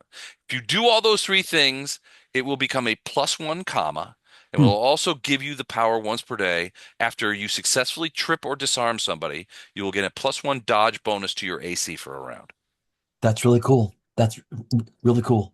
She'll explain to you that this is only the first stage. When you complete the first stage and make this a +1 comma, then the the um, the requirements for stage two will Mhm. make themselves known, Hmm. and Nice. and Really so nice. forth. But right now, it's a masterwork comma. Gorgeous. Um, I will bow humbly. Um, uh, I am honored. Uh, I was honored to fight for you and for the Dwarvish kingdom, but really, I must say it was the entire Gates Pass militia that um, And that's why everybody got a share in the mine. saved the day. So, but I am humbled and honored, and here's to many, many years of healthful life. Well, she's like the same. She's like, I owe you guys my life, and I do not forget those things. So hopefully, and she's like, I expect you to come back and collect your profits from the mine, and visit me in my domain, and I will show you the mine in itself. It is a glorious place. Um, but basically, then you guys are like shunted out. She's like, she's very tired. She has to get some rest. Blah, blah, blah. Her physicians kind of like, budge you out into the street. Absolutely. Absolutely. We'll give her some space. Um, that was worthwhile. I think we did that well. Yeah. So then we go back to, you guys have been visited the King Gallo, His Grace King Gallo, and he gave you the gift of the far glass. And then you guys might find yourself outside of the great mountain city of Bresk, and you look back at it as you begin moving away towards the down the great paths to the north as you head back down into the valley or into the plains, and head for Seaquen. It's spring. Arendar's humming the song "Ding Dong, the Witch is Dead." As we're going away.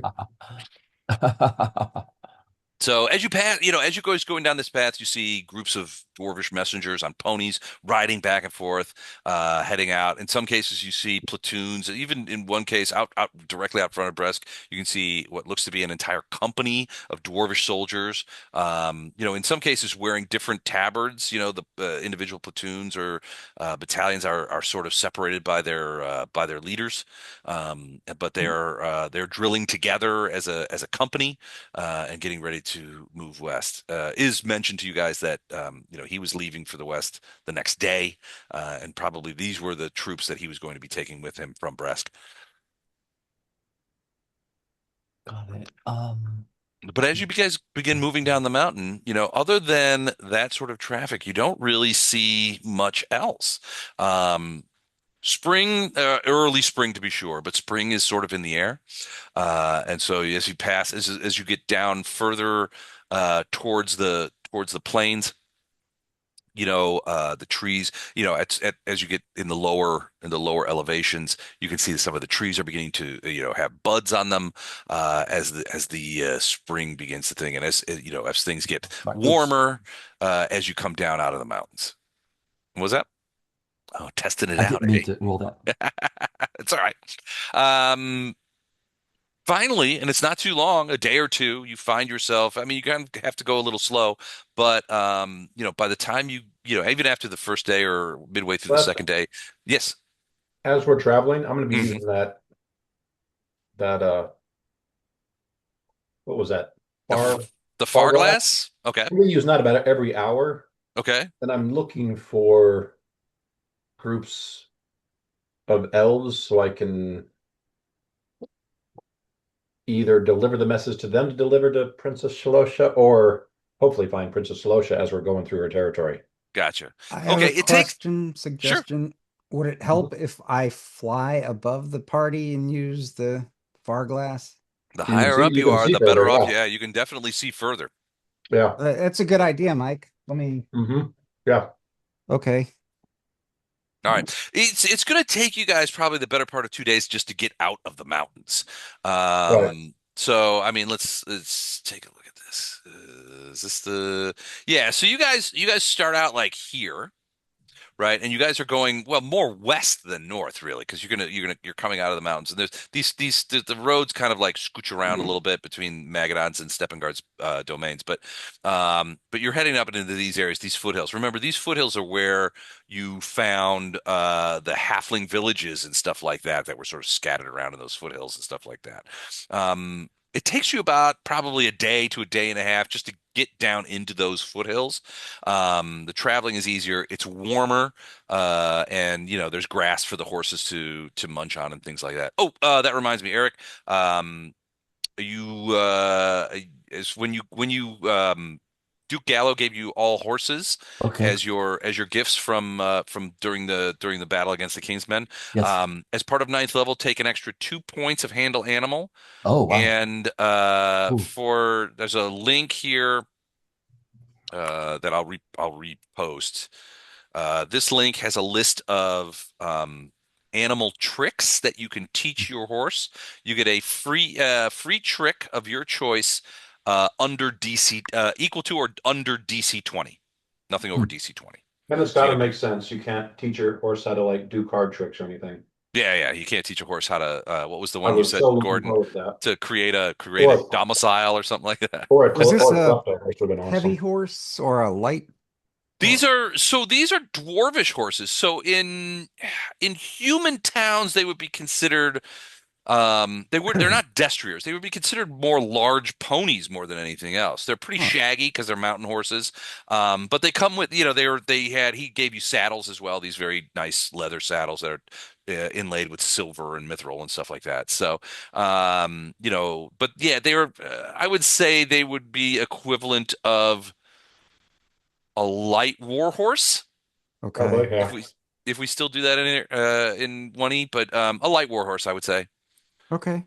Now you would have to train it for combat. They're not trained for combat. But they're from a visual standpoint, they're like large, shaggy Some of the ponies. tricks you can teach them, they will get attacks and they will get that kind of Yeah. stuff. And if you chose to do that, you can certainly choose those tricks if they're within the parameters, but they don't start out that way. So it's not a combat trained, it's just a light horse. It's a light horse. Sorry. Okay. Oops. And you gave us a trick when you gave us these horses. Yeah, We had we've two, already right? got one trick. Yep. So we have at least two right now. So it'd be two tricks, yeah. All right. So, like I said, late in the second day, you've reached down into the hills, and you begin moving. You actually, I think, probably begin moving sort of southward, because what you're going to want to do is instead of going due west, you're probably, hold on, let me get into I this. imagine most of the roads are along the river. Yeah, oh, absolutely they are. So I'm assuming that when you guys get out of the mountains. I'm just going to do this. I'm going to use what color line should I use? Dark blue. Here we go. So I'm assuming that you guys to to move swiftly out of the mountains, you go this way. And we're on the wrong levels. So there's that. Not seeing anything yet. Yeah, I'm getting there. There you go. Okay. So yeah, so my guess is that now you don't necessarily now normally by the crow flies you would head due west towards Sequin. So you guys can do that and it will work. But typically what would happen, and Balin will tell you this, is typically you would go to the southwest in this direction to sort of avoid the hills. And one of those reasons is there are God damn it, why is it not showing? There it is. Oh, there it is. Okay. Usually that's to avoid those elvish or the halfling villages. Halflings are not widely respected around here, and a lot of that has to do with the halflings of the forest. Yeah, the Who, crazy kooks that we saw yeah, in who the they're fire crazy, forest. cannibalistic, fire-breathing, demon-worshipping hobbits. And Yeah, so they're kind hobbits of in tough. hobbits in general have a sort of like yeah, hands-off attitude. So most people, when they were coming out of Bresk, would avoid the halfling villages in those hills. Go to sort of sort of skirt the mountains and go to the south, and then cut over into Along the into river. the main plains. Yeah, along the river. So they would probably a lot of times they'll go from like to like this rather than go down to the river there. They would go across like that. The traveling is easier, and that when you could get away from the hills down here, and then the road to Sequin is just basically following the river. Right. Yeah, we'll do that because that also puts us in uh, Princess Shalosha's Hmm. territory, so it gives us an actual chance of Yep. spotting her, or at least the people she works with. So Andrew, as Titus flies up in the air with the far glass and begins scoping Honey, things out, I'm you, breathing medicine. hi, sweetheart. Um, uh, That's you do see a couple of things. So on the about the second day here, you look to the west and you can see that in the hills, at least probably 25 miles away, because you're pretty high up. You go straight up and you're looking pretty far away. So 20 miles away, you could see columns of smoke in the distance. You're not sure what it is, but something over there is on fire. About probably around like here. Okay, I cast message and pass that along to the group. Okay.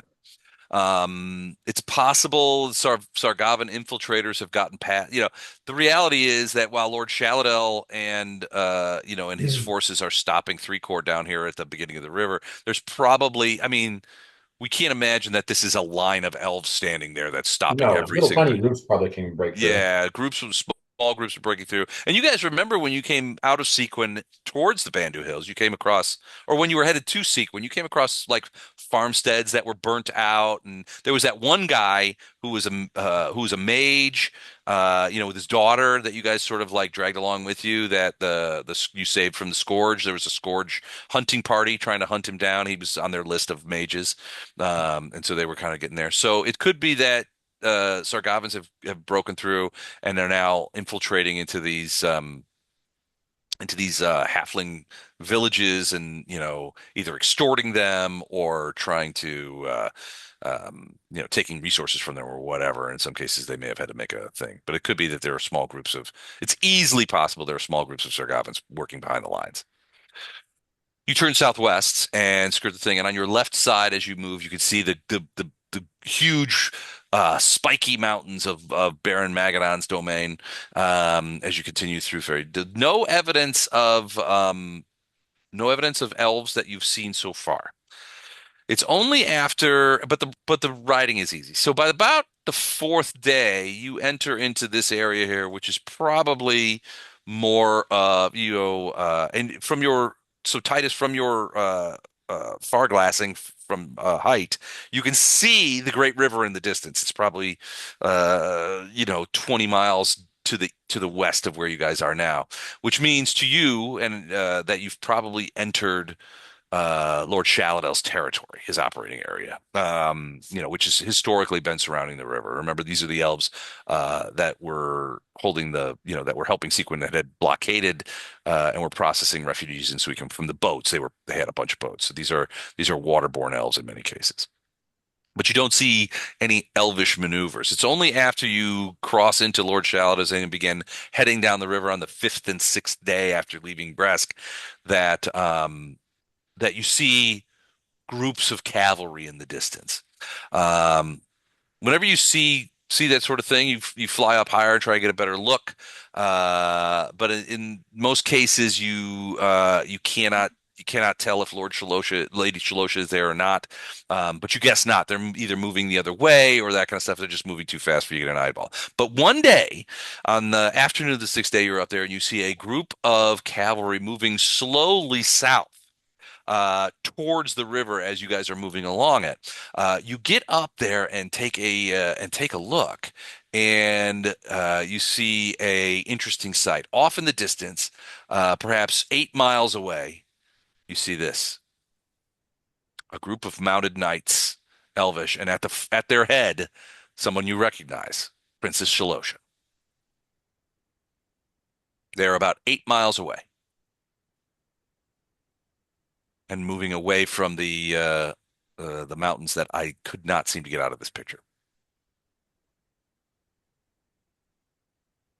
But yeah, so you're pretty sure, Titus, that is Shalosha, and she's moving south towards the river, and as you guys are moving along it.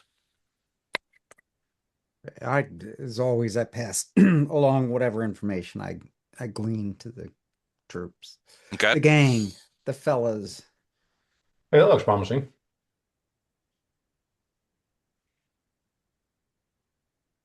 So what do you guys do? I mean, you guys So I had to step out. move What to happened? intercept. Oh yeah, her.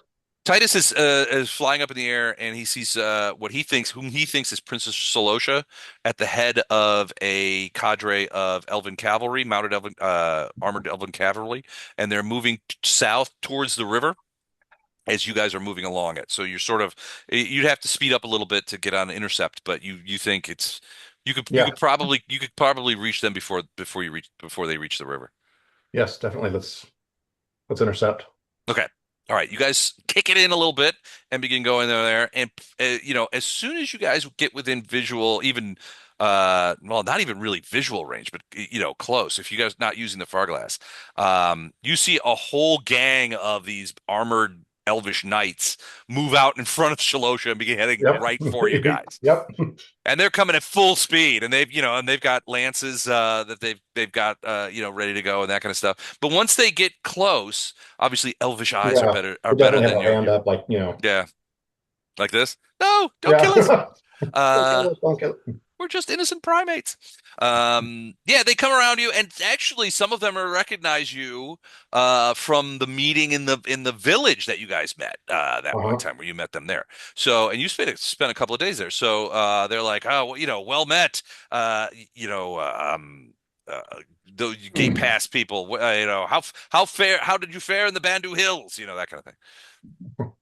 Yeah, give them a summary update, but say we've got. And I'll pull out. I said, I've got a message for Princess Shalosha. Then you best follow us. Will your shaggy dwarvish ponies keep up? And he smiles and laughs and turns around and takes off. You guys after him. But yeah, it's not in a few minutes. My horse steals their horseshoes, so they fall off their horses. Snatched. So yeah, you guys catch up with these guys pretty quickly. Shalosha smiles, but it's a grim smile as she dismounts and walks her horse over to you and is like, "It's good to see Aladar and Wraith and all of you. It is good to see you again. Oh no, I hope you've been well. And Vondram and Poe. I see that, and Titus. I see that you are back from the Bandu Hills. How did things go with the dwarves?" Oh boy. Here we go. Yeah, I was like, well, they got a new king, pretty much, and it was pretty much all our fault too. Yeah, we fought the king's men. We replaced the king. We basically fomented a coup. It sounds worse than it is. It's a lot worse than it is. We mean it in the best possible way. Well, she did hear, so she will admit that she heard about the installation of Duke Gallo. Oh As yeah, you she and Lady Timor are good friends, aren't they? yeah, they're good pals. So it's likely that Timur sent her messages in various magical Hmm. ways.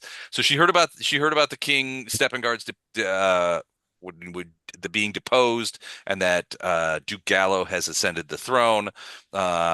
She also knows that the Sargavans are at the she always knew that they were at the foot of the. She learned that, well, she didn't always know, but she learned that the Sargavan army was at the bottom of the pass. And she's like, that has been a huge topic of conversation for us on the Elven side. Yeah, because That if kind they of get stuff. through, you guys are in a pincher move. Yeah. So yeah, and she's like, have they, are they going to, are they going to be able to stop them? Well, I give her Give her the I note. say this is from Lord Is, who's responsible for all the armies they're building. But He is a capable dwarf. yeah, my assessment is I know you guys are already got your hands full, but any aid you could send them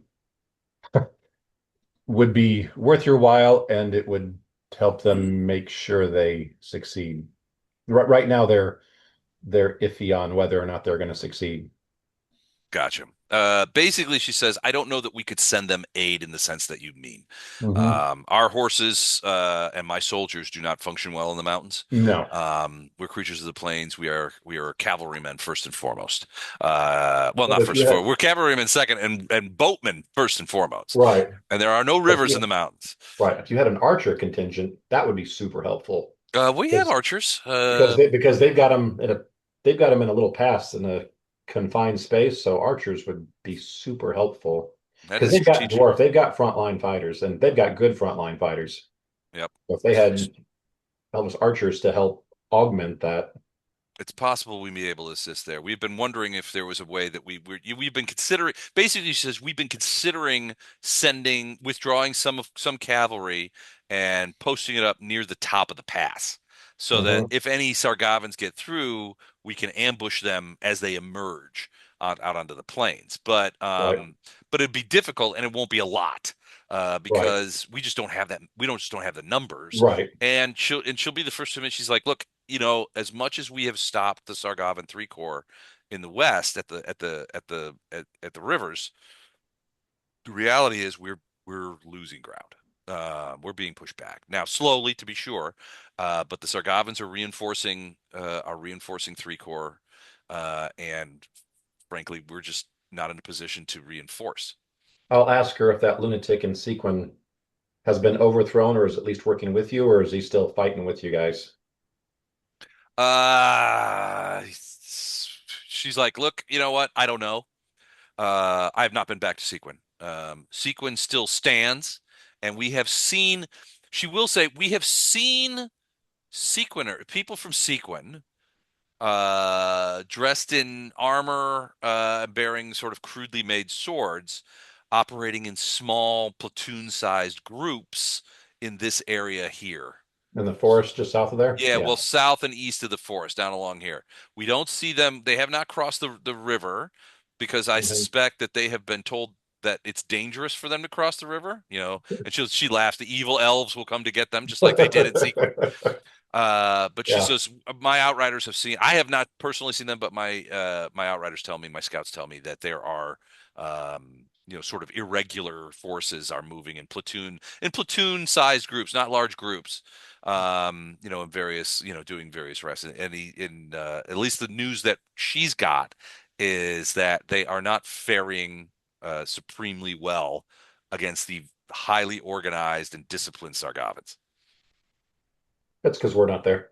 Well, she's basically like, everything that I've been told indicates that they're not really soldiers. They've got a modicum of No, training, a little bit of armor, a sword that they can swing.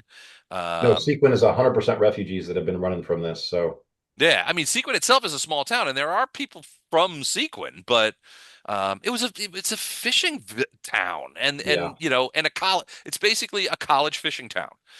You've got the Lyceum there, Hmm. which draws not only students but associated support businesses, and the river fishing, and a little Right. bit and some trade related to port activity. Seaquen is only, Seaquen has swollen due to refugees coming up out of the Sargavan Basin. So, Go to bed, um, kid. Stop hanging up whatever that. She's hamming up pictures, Yeah, taking selfies. she's taking selfies. Yeah, night girl. but she goes, I have personally not had news from Sequin, and I don't know what's going on there. And frankly, Okay. it is I still just wanted to beyond make. me to care over much. I just wanted to make sure they weren't actually actively fighting you. No, they're staying. So any Everyone. of the groups from Sequin, first of all, like she said, I have not seen them, but the reports are indicating that they're not really soldiers. They're mostly armed rabble in platoon size, 20 to 40 groups of 20 to 40 people. And they are staying essentially in to our knowledge, they have not hold on. They have not really done anything outside of this area. Hold on a sec. Okay. Uh like this is the area we've realistically seen them in. Okay. Makes sense. And to a lesser extent, they've approached the river. So in sort of like, this area right here. Yeah. But they have not crossed the river. In any instance, I've not heard any reports of them crossing the river. I have not heard any instances of them approaching the Sargavans as for a stand-up fight. So, The reports indicate that they're conducting sort of like weird little guerrilla raids and things like that, hitting supply so columns, stuff like that, is and three core trying generally to come losing. down? Is three core more trying to come down the west side of the river towards Sequin, or the east side towards you guys? The west side here. Let me go to a Okay, so different. they're trying to skirt around you guys and head towards Sequin. Yeah. So hold on. Wait. What am I on here? Here we go. All right. Yeah. So that's right there as three core. That's here. Yeah. And the last time you had talked with Shalosha, they basically their cavalry had bottled them up in this just northeast of Gate Pass, Right. where you had these a lot of foot soldiers and various kind of things, and then the cavalry, and to a lesser extent some armed riverboats and things like that, were stopping them at that point. That's fallen back a little bit because they're just they've the Sargavans have been reinforcing three core, repleting its losses, bringing in fresh meat, and they've been pushing them, and they've been pushing them forward. They've been pushing them northeast, Okay. so they've been giving ground. But the Sequin people that she's seen have all been sort of like in this area, right? Wait, that's wrong. Sort of in this area right here. Which is where they should be defending. Well, yeah, and she's like, they don't really, that we haven't seen any boat traffic out of Sequin, any sort of military boat traffic. We assume that Sequin is continuing to get supplies. They're not getting supplies from us anymore, but we assume that they're getting some supplies from the north via that Right. river that goes to the Right. west. And they're foraging or raiding or whatever. We have heard reports of Sequin organized gangs. Really, they're just sort of gangs, trying to hit isolated supply columns and things like that. Oh, one thing Arendar will bring up, I forgot to tell you, Lord is um basically apologized for not being as good of a friend to the elves as he should have been, and he's looking to fix that. And then that goes with this letter that I have no idea what's in it, but that goes with this letter of whatever he gave you. Mhm. She nods soberly. She's like, "We have had our differences. Well, it's mostly my father. She's like, I've only met Lord Is on two occasions over the past probably 20 years, and he struck me as a serious-minded, dwarf, but we have very little in Right. common. I do know that my father and King Steppengard got along pretty well, but Lord Is was always um, dismissive is the wrong word, probably reticent, cautious, I guess, when it came Mhm. to dealing with an elven Right. king, right? So they were not, but I don't think if it matters, I never took it as antipathy. So Mhm. it's just dwarves and elves inhabit different milieus, right? We rarely work Mhm. together except for in that one movie, and that was it. Well, I just want to pass on what he said. Well, she says, I'll read this letter and act upon it as soon as I can. In the meantime, um, uh, on your advice, I will see what archers I can send into the hills to see if I can assist him. And that I'll would be, send them to the top of Bandu along with the cavalry ambushers that I would send in and see what we can make happen. I think that would take the least resources from you and make the best impact on what they've already got there. So, Hmm. because Arendar is a pretty martially minded character, so Yep. tends to So get that yeah, kind I of stuff. mean, she'll on your mark, she'll send them on your word. Okay. And she still plans to send a few units of cavalry up to the top of the Elite Pass to try and for as ambushers. Mhm. Anybody Right. that comes out of there is going to have to face us right away. Rather Right. than we're not gonna let the 5 corps come around behind us if we can help it.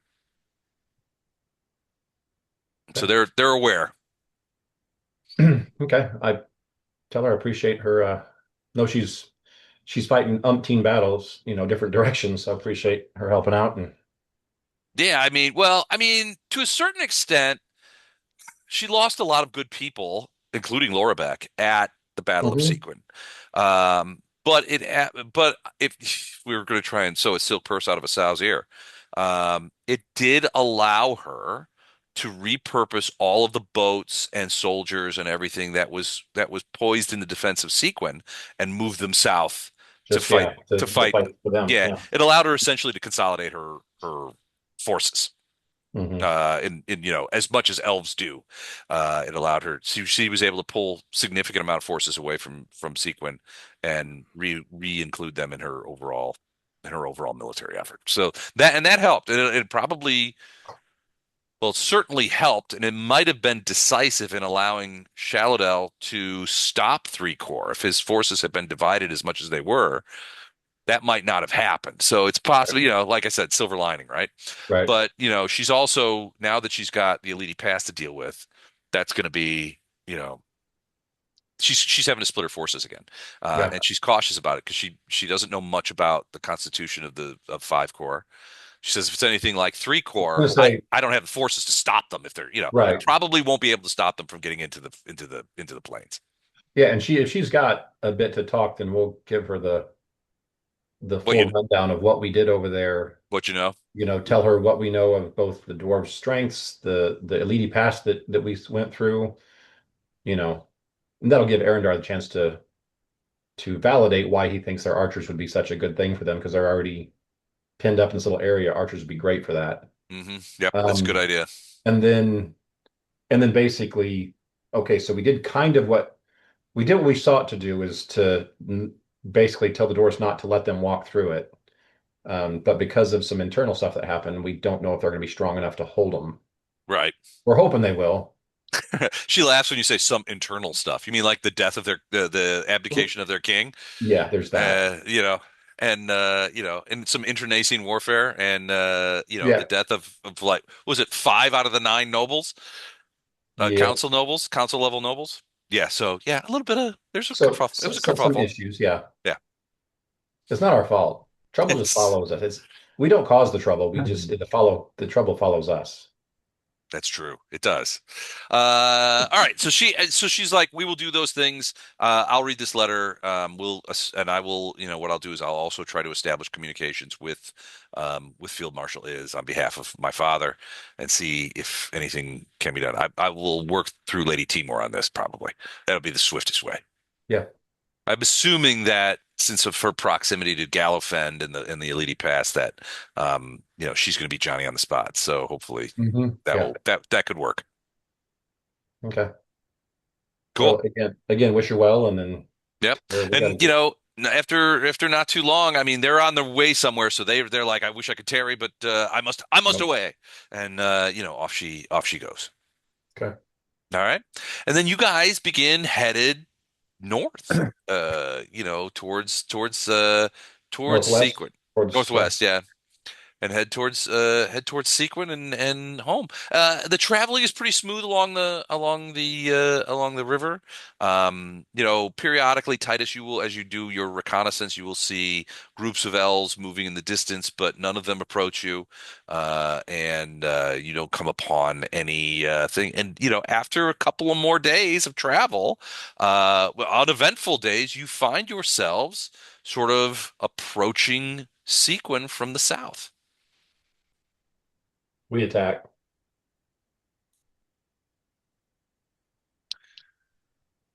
As you approach Sequin, the town, I mean, you've been gone for 2.5 months from Sequin, maybe longer, that you've Mhm. been in the Bandu Hills. And the town seems to have changed quite a bit. The refugee areas, and you're looking at this through the far glass, like, so you're still pretty far off, maybe 5, 6 miles away. The refugee areas look like they are much more organized, and it's obvious, at A little least more permanent. a little more permanent, still tents and stuff like that, but Right. organized. It's not a hodgepodge, rows and columns, and it seems to be much more organized. They're also obviously, at least Titus to your eyes, you see what look to be small cadres of guards that are patrolling maybe inside the refugee areas. Does look like the refugee areas are a little bigger too. So it's possible. I mean, it's certainly possible that more refugees have been poured into Sequin and that kind of thing. Um, uh, as you approach, you can see that there are sort of little gangs of guards, and they have leather armor on, and they're all wearing these sort of green armbands that are very prominent on their armor. Um, and you can see that what they're doing is, as you guys approach, you can see other groups of people, probably refugees, approaching Sequin from the south as well. The streams of refugees from various places in the south and west that continue, and you can see groups of soldiers, some of them on horseback, some of them not, sort of coming out to these small groups of refugees and talking to them and sort of, I guess for lack of better term, funneling them towards the town and sort of towards a central location. And if you look towards that central location, you can see that there's a pretty large sort of pavilion-sized tent, where you see a lot of these sort of patrol guards kicking around and that kind of stuff. And they're sort of funneling all these people towards that tent. There's a bit of a crowd in front of that tent. It's probably 20 or 30 people. But it's like they're funneling, they're coordinating access to the town through a single point. That's this big pavilion. So not too long, and these guys, approach you guys, and it's a group of four, and they come riding up, and frankly, when they see your horses, they kind of look at them with like larcenous glee, right? And but they don't do anything. They don't even dismount. They kind of just ride up beside you and say, "All travelers need to check in at the main pavilion before entering the town. All refugees will be processed through there." He's like, "You need to go Let's through say, there. let's say we live here. Do you have your residency card?" No. I looked down at my falcata. I was like, yes, yes, I do. He's like, you're Sequin natives. Well, you still have to He says, and they seem to sort of like calm down a little bit, and they're like, oh well, obviously you're not. They kind of look at your horses and your baggage and the big Ballin's wagon, and even Ballin's like yelling out, wait, we're here to see Simeon at the Lyceum. We're from here, you idiots, that kind of thing. And so they sort of calm down. And he says, well, totally get it. Welcome back home. That they see. I mean, a lot of you guys are sort of caparisoned for war, right? So. Mhm. They get you soldiers. They're like, we still have to process. They still have to process you, through the main pavilion. It's Lord Vortbert's orders. Everybody in and out has to go through the main pavilion so that we can keep track of who's You coming still in in. charge of stuff here? Vortberg? Yeah, he's head of the council. We'll have to fix that. You say that out loud. If you Probably say that out underself. loud, they sort of stiffen a little bit, and he's like, Lord Vortberg. One of the guys is like, Lord Vortberg has organized the city of Seaquen, and now we are able to defend ourselves. Sure.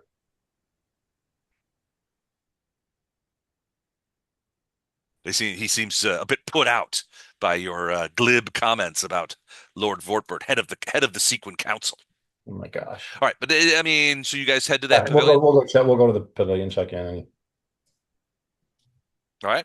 So as you approach the tent, this large pavilion, there's a couple of guys kind of come out, and they kind of look like this a little bit. There's one's a dwarf, the other one is a human. They are wearing leather armor. They also have these green armbands, and there's a like a refugee woman, maybe elvish or half elvish, behind him, and she's got one of the green armbands on, and she's got a stack of papyrus of some sort or vellum and a quill, and she's taking notes. And they're like, the guys kind of stomp up. They're not things that are like, if you could dismount, please. Off your horses, please. Gentlemen and lady, if you could dismount, please. Arendar will pause for a bit, but he'll do it. Okay. Finally, there's a bit of tenseness there, but he's like coming up. He's like, all right, welcome to Sequin. In the name of High Lord Vorbert, I bid you welcome to the town. And he kind of looks back. He's like, we'll need your names, land of origin, and your reason for coming to Sequin. We Each of live you. here. I was going to say we live here. You are residents here and you are returning. Where have you been? Oh, we've stopped you guys from getting wiped out. That's kind of what we do. We've Oh, been well, we've been in thank you.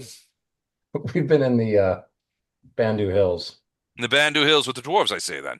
Mm-hmm. That explains the odd choice of horse. Nevertheless, okay. Well, welcome Oh, back you make fun to. of my horse? He's picking your pocket, by the way. It's like, hey, give me that. So he needs to take down all your names. You may be residents here, but we have our orders from Lord Vorbert.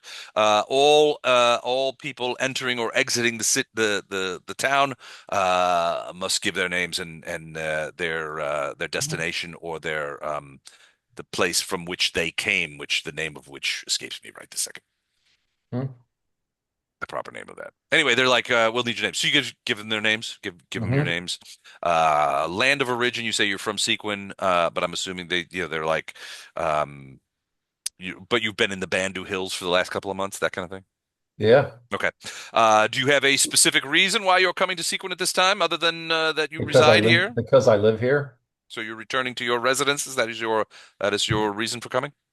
We probably need to let Titus take over because Arendar's probably starting to get a bit perturbed. So the guy seems a bit repetitive. He's not, you get the impression that he's not used to, getting a lot of glib jokes, we live here, idiot, that kind of thing. He's used to instilling fear. Okay, And since that's not happening, so here's the deal. he's sort of a little bit discombobulated about this. So here's the deal. Okay. This is not going to be a scream at them, intimidate. This is going Okay. to be you're messing with someone you shouldn't be messing with, intimidate, and you need to leave us alone and let us go. And that was a dang good roll. That Yeah, was a 35 intimidate. So so both of them seem quite taken aback, and they're like, "Look, we're just trying to do our jobs here. Mhm. The Lord Vorbert has specified very very specifically said that we have to get names, lands of origin, and reasons for coming to Sequin from every person entering the town. You understand? We have tons of." He's And we've babbling told at you this all that, point. so we can go now. Yeah. Well, we also need to know. Forgive me, I have to ask these questions. Do you have any means of supporting yourself in the town? Any special skills, or do you have cash? Do you have monies or lines of credit sufficient to support yourselves in town, or will you require We don't need the anything from you guys. to? He looks back. He says, "Independent means of support." Finally, my last question: Are you seeking? Do you wish to seek employment with the Sequin Town Militia? No. He looks at your swords and everything. He's like, Are you sure? We certainly could use men of your stature, and the fact that you have your own arms and armor is a big plus. Okay. I think at this stage, Arendar is going to look at Titus and say, "You're more pleasant than I am. I'm going to finish this up before I You're more Oh, pleasant. I don't know about that. before I sick Ono on them. All right. Ono's like, I, you know, Boot to the head. he goes full Bruce Lee on a couple of these guys. All right, Titus, you hit up the diplomacy. What are you saying to these guys? How are you convincing them that everything's Say, okay? look, They seem a little freaked out, frankly. why don't you talk to our friend, whatever his face is, over at the university? Simeon. Simeon? Yes, Simeon, the Okay. ape-like one. We have been in the Bandu Hills protecting you from Sargavans. We are heavily armed and we are heavily your friends. Step Heavily aside, tired. or We are I'm going to heavily your let friends. Arendar scratch your back. And then you can try to scratch his. Oh, wow. We are heavily armed and we are heavily your friends. I like that. That's could end up coming one of my lesser known mottos. All right. So yeah, they seem a little freaked out between your honeyed words and Arendar's glowering visage. Beyond that, they basically like, all right, well, welcome back to Seaquen. Please carry on and go into the town, and they sort of step out of the way. Um, as you guys sort of move forward, you're in the distance. As you kind of come through, you see a couple of like street urchin looking kids sort of in the distance. They can't be more than like 11 or 12 years old, dirty, sort of raggedy clothing, that kind of stuff. And you could see as you kind of come through, you've been focused on these two guys, but once you see them, you see that they were sort of talking, and one of them was like pointing at you guys. And then when they notice you looking at them, they both up and skedaddle into town. I mean, just scoot out of there. So Now, Wraith and Arendar spent a lot of time with the refugee kids before we left a couple of months ago. Yeah, yeah, I haven't gone to trial yet, you but don't recognize these guys all. Okay, all right. Yeah, you don't recognize them. I mean, it's hard I'm to sure in a couple recognize. of months there's a lot of new people that showed up, but Yeah, I mean, there's probably a shitload of refugee kids. You'd never be right. able to.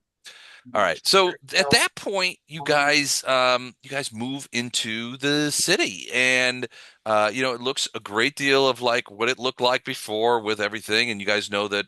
So at this point, you got a couple of options, right? You can go to your house, because remember, you guys took over the Hydromancer's house, which I Right. think is Oh, yeah. this one right here, Yeah.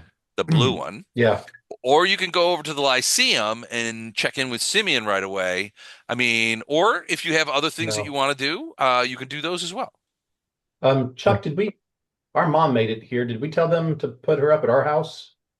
We don't know that she made it here. We never got word that was I thought rescued. I thought when we got back to Bresk, we were told that they got her back here. Hmm. I just don't know where they put her. And we In got our house. here. In our house. That's where we told them to put her. Okay, I got one. Yeah, you did receive a message from Simeon at Bresk saying that your mother had been found in Gate Pass and had been brought to Sequence safely. Beyond that, there Okay. was no details. My age. Bunch of old guys. Okay. So since I haven't seen her for a few months, my first priority is going to go just make sure she's here and Yeah, okay. go home. All right, so you guys are all going to head that way. But she might not be at home. He might have her at the Lyceum. Right, we don't know, but So we'll just check the house first. Okay. All right. So you head over to the house through town and sort of the thing, and you can see a couple of things. One, as you guys are going there, it does seem like there is a lot more people in Sequin. But also, you notice a couple of things. One, there seems to be a lot more people like working on stuff. I mean, you see people in the streets sort of cleaning the streets. There's fishing boats back in the thing, and there's a lot of fish work that's going on. Cutting the day's catch, dealing with that. There's a lot of people that look like that they are or were refugees who are now, have jobs, and they're working at various places. Even so much as there are like some older guys and a couple of older dwarfs who are just simply sweeping streets and going from stoop to stoop and sweeping out the streets. You see a lot of that. A lot of industry. People are going from place to place. It's like they're not lolling around anymore. Second, you see a lot more of those guys wearing like sort of boiled leather cuirasses and having like short swords.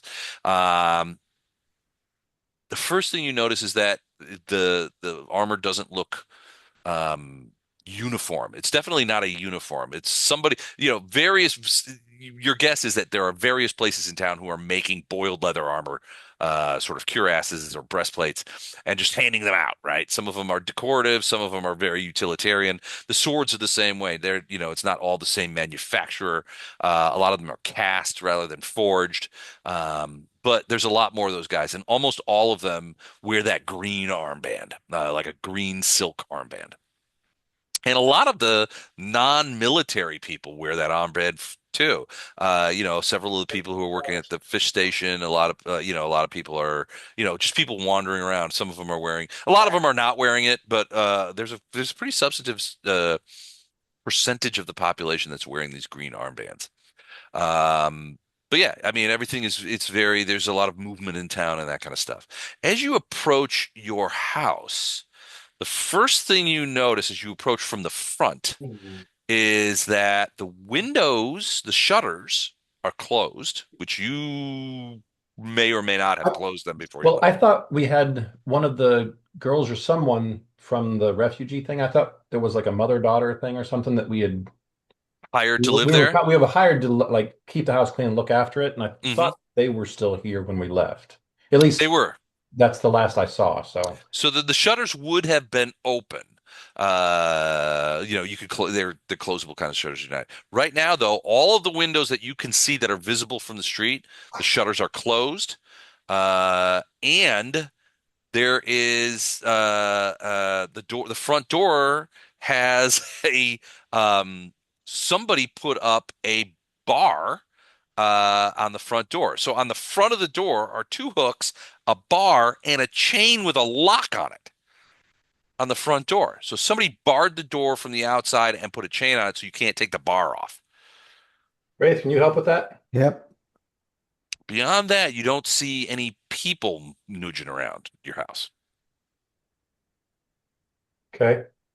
I'm gonna move up and try to pick the lock. Okay. Uh, you move up and begin picking the lock. Give me a quick perception check too. What are the rest of you doing? You staying in the street and letting him do that, or are you all kind of I'm up clustered? close to Wraith while You're he's up doing close. Okay. 29. 29 perception. All right. You hear, it's not voices, but it sounded like maybe stomping around, some footsteps inside the house, deep inside the house. Uh, and then what sounds like the slam of the back door.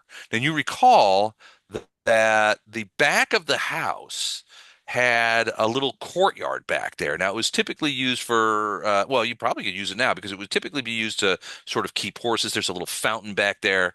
But you guys, when you guys were here before, you guys didn't really use it. You didn't have horses, it. or anything like that. Oh, by the way, Balin also splits off from you guys. He's like, I'll see you at the Lyceum sometime, that kind of thing. Mhm. He heads over to the Lyceum. Um, But yeah, it sounded like that you think thought you someone took off heard. out the back door. Well, like, yeah, it sounded like some stomping around in the back of the house and then the door slam. You need to yell at Yeah. Ono to take off and catch whoever's trying to Sure. escape. Well, check the back door. Okay. I've been listening. I'm sorry that I haven't been here, but I am ready to jump over the house. If hold on a second. That's why we have Ono around, because he jumps over houses. He's the only one of us that can do it. It's not a skill that we need a lot, but when we need someone to jump over a house, Huh. we've got it covered. And the lock is sleight of hand, right? The lock is just a disabled device. Disable device. Okay. Hang on, let me see. I'm so sorry. I'm doing about 8 things at once. I Right. would be delighted to jump over the house. Basically, as soon as we went to unlock the front door, we found out that there was someone inside, and sounds like they just ran out the back door. So since you're the fastest one of us, Great, sure. I'm gonna say run around to the back, find out who just left, and capture them. Okay, So sure. find You know out what's what? going on. Les, I think I can do my sudden speed as a swift action. Okay. Uh, That so feels right. uh, Hey, hang on. Let me just confirm that, boss. Sudden speed.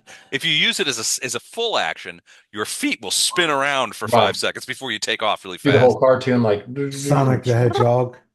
It'll be great. So, what I would like to do, if I can, is do spend a key point to give myself a sudden burst of speed. My land speed now is 90 for Okay. 1 minute, and if I can, I will also wind jump over the house So you want to go using. all the way over the house into the courtyard. Yeah, please. Okay. That's Instantly, fine. and then he runs at like 5 times the speed of any other human. Okay, sounds good. In the meantime, is that a natural 20 I saw on that disabled device? Yeah, 40 Yeah. to unlock the door. Wow. Okay, so yeah, the door, the basically that chain falls off. You look at it, it wasn't a very good door. It was more of a crap lock. I mean, not a good. The door is fine. The lock is garbage. It's the kind of lock that you recognize as being more ostentatious than effective. Uh, and so, it comes quite easily. You just lays Remove, in? just remove the bar. Okay, Is the door locked? it is. Unlock that too. Okay, give me another roll, would you? 36. Another Nice. 36. Okay. 36. Yeah. So that door comes open quite easily. And it is unlocked as well. So you could go in if you wanted to. Yeah, I'll go go All in in. right. first, and I'll let you go behind me and shoot whoever tries to conk me in the head. Okay. All right. As you go in, first of all, the place looks lived in, and frankly, lived in by people who are not massively fastidious. There's some damage to the furniture, marks on the walls. It's obvious that the fireplace hasn't been cleaned out. The ashes are, sort of scattered all over the front. There's a little bit of damage as you sort of move through the living room, that front room there, the parlor. There's a little bit of damage to the walls. It looks like at least one place somebody's been like throwing knives into the wall, like like target practice kind of thing. Although there's no target there. Um, you also, as you sort of, I'm assuming you're moving quietly. Yeah. All I right, don't. Do you want and stealth everybody's. from us? No, I don't think it'll be necessary. You're moving quietly. You can hear what sounds like you can hear what sounds like sort of male laughter out in the back of the courtyard. And it sounds like that there are some people back there just kind of hawing around. The more you move through the house, the more damage you see. Again, it's not catastrophic damage. It hasn't been a fire. I mean, except in the fireplace. But the kitchen is dirty with, dirty plates and dirty cups and unused food sitting out, getting stale and rotten. If you peer into the bedrooms, you can see that the beds have been used and the covers are all just sort of kicked around and there's mud on the covers. Somebody slept in one with their boots on, that kind of thing. Wow. Okay. Okay, then. Squatters? Probably. So we'll just Squatters. go through and get to the back. As you guys are going and heading towards the back, oh no, you have leaped over the house. Yeah, he gets there first. All right. Just completely over. You want to land, you don't want to land on the roof, you want to land in the courtyard, right? Well, you know what? Can I jump on the house and look down and see what's down there first before I jump down? Absolutely, you could jump up there. Okay. Let me do a quick roll here. 1 second. Okay. All right. So you leap up onto the roof of the house, and sort of clamber over the top and look down into the courtyard, and you're a bit shocked by what you see, which you will all see here momentarily. Can't wait. Okay. Oh boy.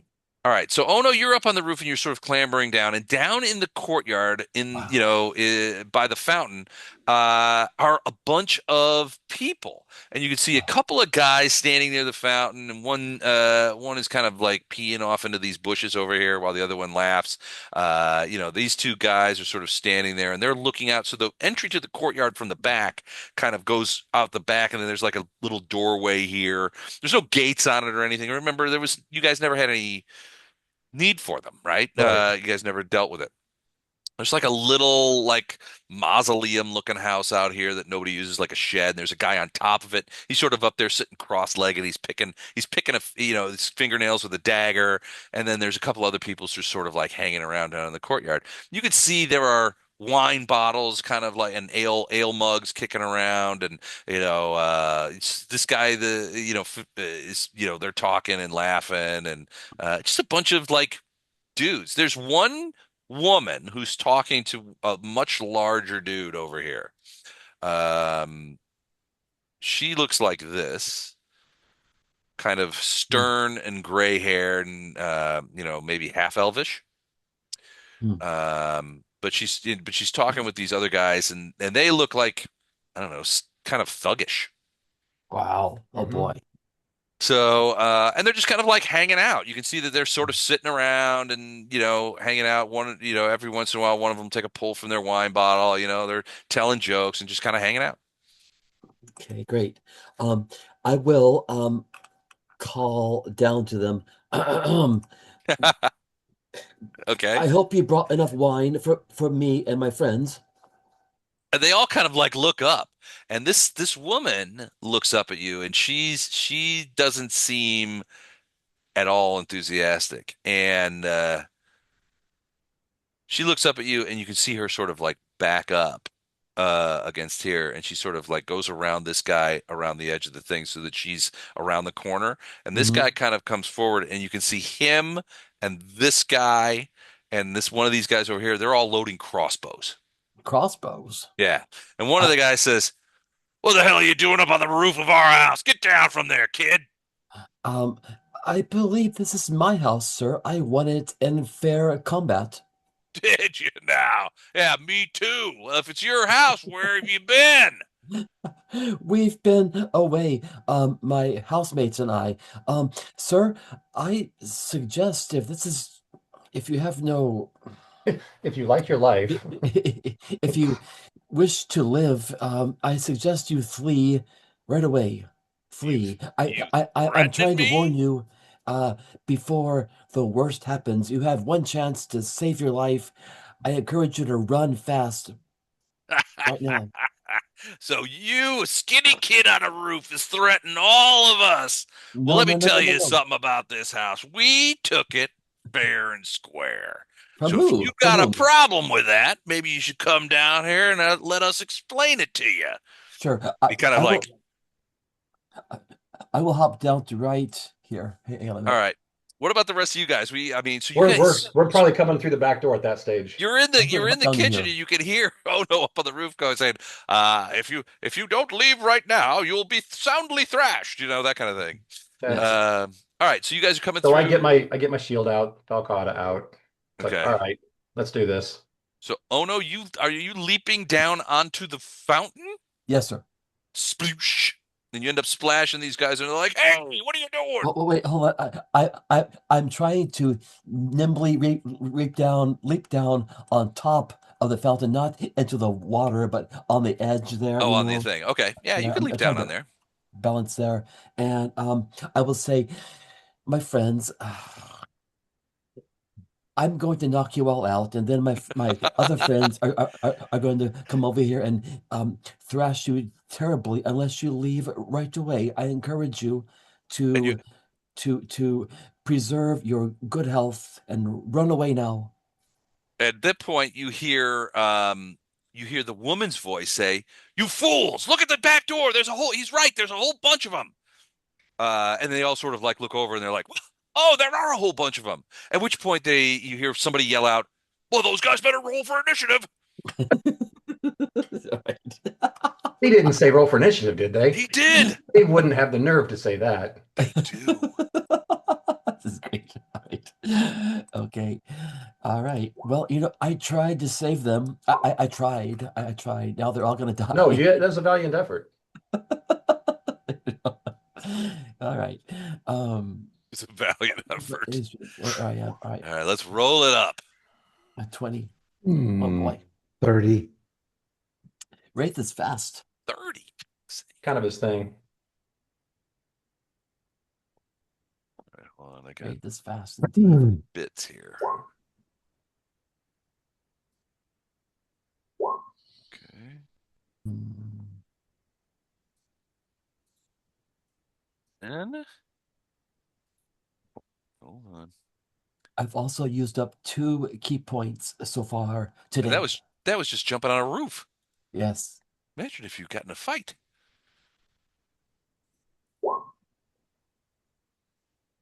Okay. What? No. We shan't be doing that. All right. Oh, I gotta do one more. Oops. 1 second. There we go. Wow. Holy smoky. Oh, that's not good. I was a bit surprised by that.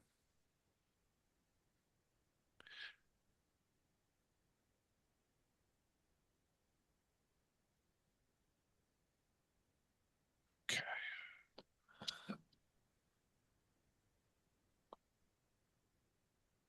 All right, cool. All right, let's do this. You guys have made a hell of a mistake coming here and trying to take our house away from us. Who's the one talking? It's this big guy right here. Okay. One of the big bald guys. It was him talking. Not is. It was him talking. I All assume right. the fountain doesn't give cover. Well, the middle part that Ono is standing on does, but the little wall does not. This part does. Yeah. Okay. Okay. All right. So round 1 of the fight to retake the home. Wraith, you're up. I'm gonna hit this guy with rapid shot. Okay. What the guy that was like, Talking shit. Yeah. okay. Oh man. All right. 22 and 27 to Okay, hit. so both of those will hit. 27 and 10. So 27 and 10. 37. 37 points. Yeah. He gets slammed by 2 arrows and staggers backwards. Can you guys see his No, he doesn't have a health bar. Okay, 1 second. Let me fix that for you. Make sure they all have health Holy bars crap. that you can see. Does everybody have a health bar? Yes, they do. All right. So Now yeah, I think they do. you slammed a couple arrows into this guy, and he staggers backwards. Blood is glurting out of him. The first arrow, both of those arrows took him in the chest, and he staggered backward. Everybody is sort of like shocked. Like, I mean, all the other guys are like, holy shit, he shot Bill," that kind of thing. You get the decided impression that these guys are used to cowing whoever they need to deal with Where's without. my housekeeper? Yeah, exactly. They're not. No, They're I'm not. asking. No, Now yeah, that I've shot him, Wraith is asking. Oh, where's my housekeeper? he's busy trying to catch his breath because he's got 2 lung shots. So this guy's like, he I'm can't asking speak. the other guys. He's about to die. So Well, they don't. where's my freaking housekeeper? They do not respond. All right. Okay, it's him. What did I shoot? The only one who talks? Well, they stopped talking because now suddenly shit just got real. You just shot one of their dudes. They are not used to this. So he's going to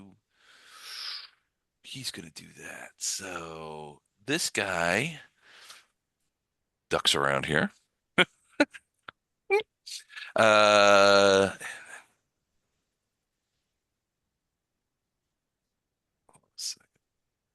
no. Give me a. Yeah, he's gonna duck around there. All right. Titus, you're up. I am going to slam the woman with a fireball. What? My gosh, I love this. Yeah, I'm gonna hit her with the fireball. Sheesh. All right, 20-foot rad. There you go. Put it wherever you want it. Okay. Yeah, you can hit 3 of them over there. What's that one up on the bar on the shed or something? Yeah, he's on the top of the shed. It's about 12 feet up off the ground. Oh, you're not heavy yet. Yeah, you're not up high enough to miss that. Nope, it will get him. Wait, aren't I flying? Not yet, but you can. Not if I shoot a fireball. Yeah, that's probably your action is to do that. Can you do that thing Yeah, what as is a it? free? Is it a free or is it swift or is it a standard action to change I or don't to throw remember. to wings? It's Oh, called I get what you're saying. Wings of Let what me is it? check. Wings of what? It should tell you if it's Wings of Heaven. Of heaven. I'm new. It Uh, doesn't say. Hold on. Wings of Heaven. It's a supernatural ability, so it would be standard action. You sprout feathery yeah, wings and fly for a number of minutes. So yeah, it's a standard. So you would not be able to cast a spell and do that. and grow wings at the same time. Which, frankly, I think is the first time I have ever said those words in that order. So there you go. All right. So fireball or wingage? Fireball. Fireball. Fireball. All right. Let me make some DCs here. All right. First things first. Let's DC. That's a reflex. Let me pull that up. It's certainly a reflex. I'm just curious about the damage. So DC 21 saving throw reflex is half. Ooh, geez, the DC's 21? Yep. Yike. High level spell, and he's got a pretty good stat. I didn't know that you guys would be throwing around fireballs in your own backyard. Looks like they haven't been Yes, we keeping are. up with it, so Did you say 20 or 21? 21. All right. All right. Oh, one guy made it. All right. So, which kind of makes sense who made it. So, all right. How much damage? Let's see. 96. 96, yeah. 9D6, Damn it, I thought not you meant 96. 96, the number. 96 would be awesome, but no, it's not 96. That would be troublesome for everybody. Okay, let me. You just melted the building down too. Hey, that's my shed. Just burned down my shed. What the hell, man? 32. 32. Okay, so let's see. So this guy just sort of the guy with the arrows, he just sort of collapses in a ball of flame. Wow. Wow. She's hurt. He's dead. The guy on the roof is dead. Blew him off. He falls off onto the ground with a kerflump. And then he's still with us. All right. All right. So at least two dead. One, the guy on top of the shed fell off, and he's burning merrily. The other guy with the arrows in him looks like a one of those cupcakes that you put a candle in for somebody's birthday. And the woman has ditched back a little bit behind the wall again to try and get out of the way. But that was a heck of it. And the foliage and everything is a little bit smoldering, and it's more concussive than it is, a big flame thing. So, but there is some scorch marks and that kind of stuff.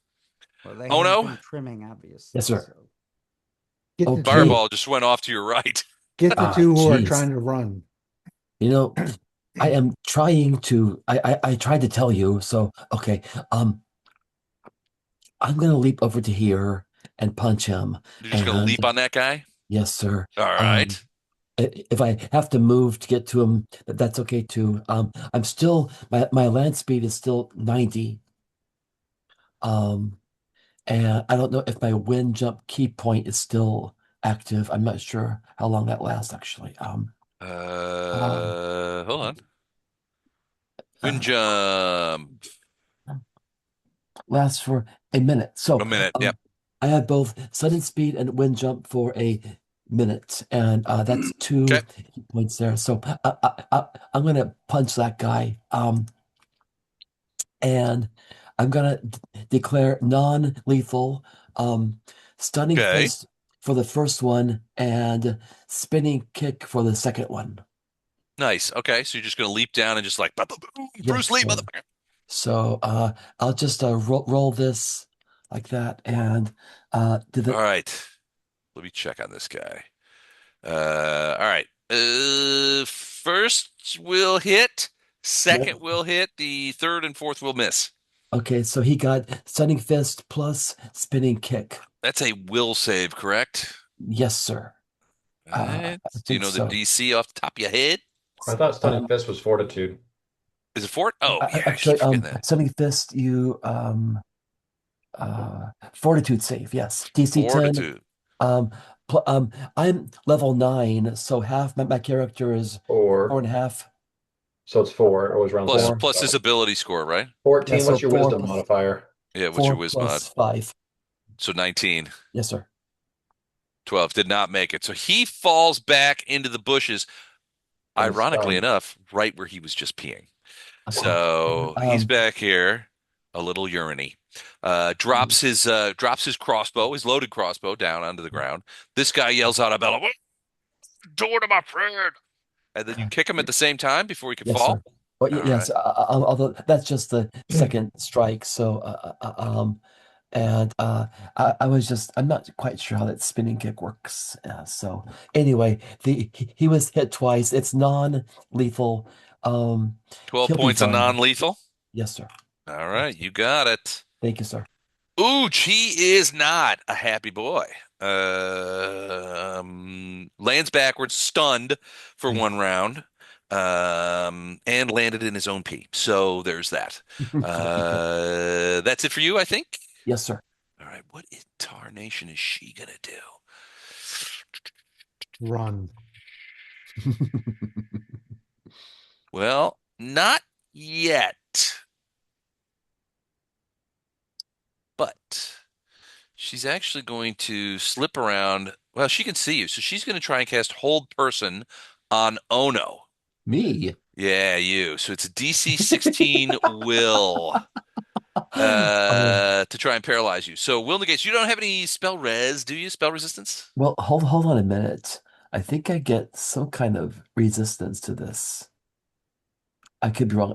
No, that's It's just if around it's this not level. magic. Somewhere in the mid levels, you get some kind of spell resistance, but I I don't think I have that here. So wait, hold on. I have still mind. What does that do? it Indicate just for you get me a bonus on your will saving throws. against enchantment spells. That's this. It is an enchantment. Yeah. So +2. +2. So the DC So is 16. do your will save and you add two to it. Let me double check. Yeah, DC 16 on that will. So let's see DC it. 16 on And the with that will. will massive wisdom, you should have a killer will save. Oh, is it? Do I roll wisdom? No, do a No, it's do a will a save, will saving throw. Let me will. and then we'll just add two to the will save. Gotcha. I'm trying to find that here. Oh, here it is. So I'm gonna just add 2. Oh, you can do it there. Okay. I could just add 2. I think. Did that work? 20 20. works. So Yep. yeah, so you feel a wave of paralyzation come over your body, but your trained monkish brain is so focused that you just forget about it. I'm not paralyzed. You can't enchant me. And Can't stop me from booting to the head. yeah, she's not happy. So with the rest of her things, she's gonna come running over here. Arendar, you're up.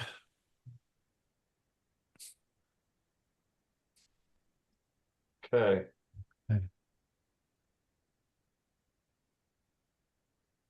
Okay, that's enough. Okay. Charge to there. What? How can you move that far? Hold on, let me measure that. That is way too far. That is 85 feet. Oh, is it 85? Well, what's your My how movement's 40 or 45. what? I've got boots of Oh, striding and springing. Oh, okay. All right. So you just like leap, just like boing, boing, boing over there, kind of like Tigger with his tail. Yeah. Okay. No, I just run fast. All right. You don't get any attacks when you get there, though. It's double Well, if I move. charge, there was a straight line there, so I can charge. Yeah, there's some Get dead a, guys, but I guess you can avoid them. yep, get a single strike. It's non-lethal. Single strike, non-leth. Yeah, All right. Flat of the blade. Take it. out of the blade. So it's +2. It's canceled out because I take a penalty for doing non-lethal, Okay. but you get the +2 from the charge. Okay. And it's just the first attack. It's only one attack. Yep. So 28. 28. Okay. That she turns around and she's like, ah, and the flat of your falcata just goes like kabam. It hits her in the side of the head. Her eyes just immediately roll up in her head, and she goes sprawled out onto the ground. That's the Where first she berm of the begins. year. She's not dead. It might. It's not. It wouldn't be the first verm. We had a verm the other night, but in this case, she is knocked unconscious. So yeah, that would. She had 5 hit points. So that would be a verm. That is the second verm of the year. So the first worm of the year I got taken from me, so then I get to give one this Yep. time. Who was it? I think was it Tom Schlarman got it? Um, trying to No, think. it might be Don. I'd have to check my notes. Yeah. All I know was I was the one that did all the damage except for a tiny bit. So I got vermed off of, but I don't remember who got it. I think I got it around here somewhere. I'll find it. And then for this one, I got a verm off of Titus. Got it. Coming out hot on the verms. All right, so she's not dead. She is unconscious. And then I'm gonna turn around to the two guys Actually- right here. Titus might have a verm. Because of this guy Oh, that yeah, you that arrowed guy. into? Oh, He Yeah. only had 4, so Titus got a verm Yeah, too. so Woo. off of Chuck. Holy smokes. All right, verm's coming thick and fast. Hmm. All right, Arendar, that's it for you. So she is Like I said, free action, I turn to the two that are right here Mhm. and just kind of smile. I think you might take our house back. All right. So he's stunned. He's not. So he's not. So out of the bushes comes running a guy. Comes running at you. Mm-hmm. 1, 2, 3, 4, 5, 6, 7, 8, 9, 10, 11, 12. He's going to charge you to Mhm. there, and he is going to try and stab you with a dagger. Yes, a dagger. Okay. And he's probably going to fail. Here we go. 12. Is that a hit? No. I figure you guys aren't wearing any armor or anything. Right. Okay. And I'm turned around and I've got my eyes closed. And And then yeah, he still wouldn't hit me. this guy, well, he saw what happened to his friend. So he is going to 1, 2, 3, 4, 5, 6, 7, 8. He's going to get behind that fountain column. Actually, he's going to edge out a little bit because it's 2 moves, so he won't get a chance to strike Ono, but he will next time. All right, next time you have another guy come out of these other bushes. They were probably guarding this open area, just as a sort of like Right. this things. And he's going to come rushing over, and he is going to try and stab you with a short sword. 22. That got you? No. No. It's actually 24 since he's flanking, and that still doesn't get me. Okay. All right. Well, he's unhappy about that, but they were over there. Leave our boss alone. And then he already. Well, no, he didn't do anything. He's going to.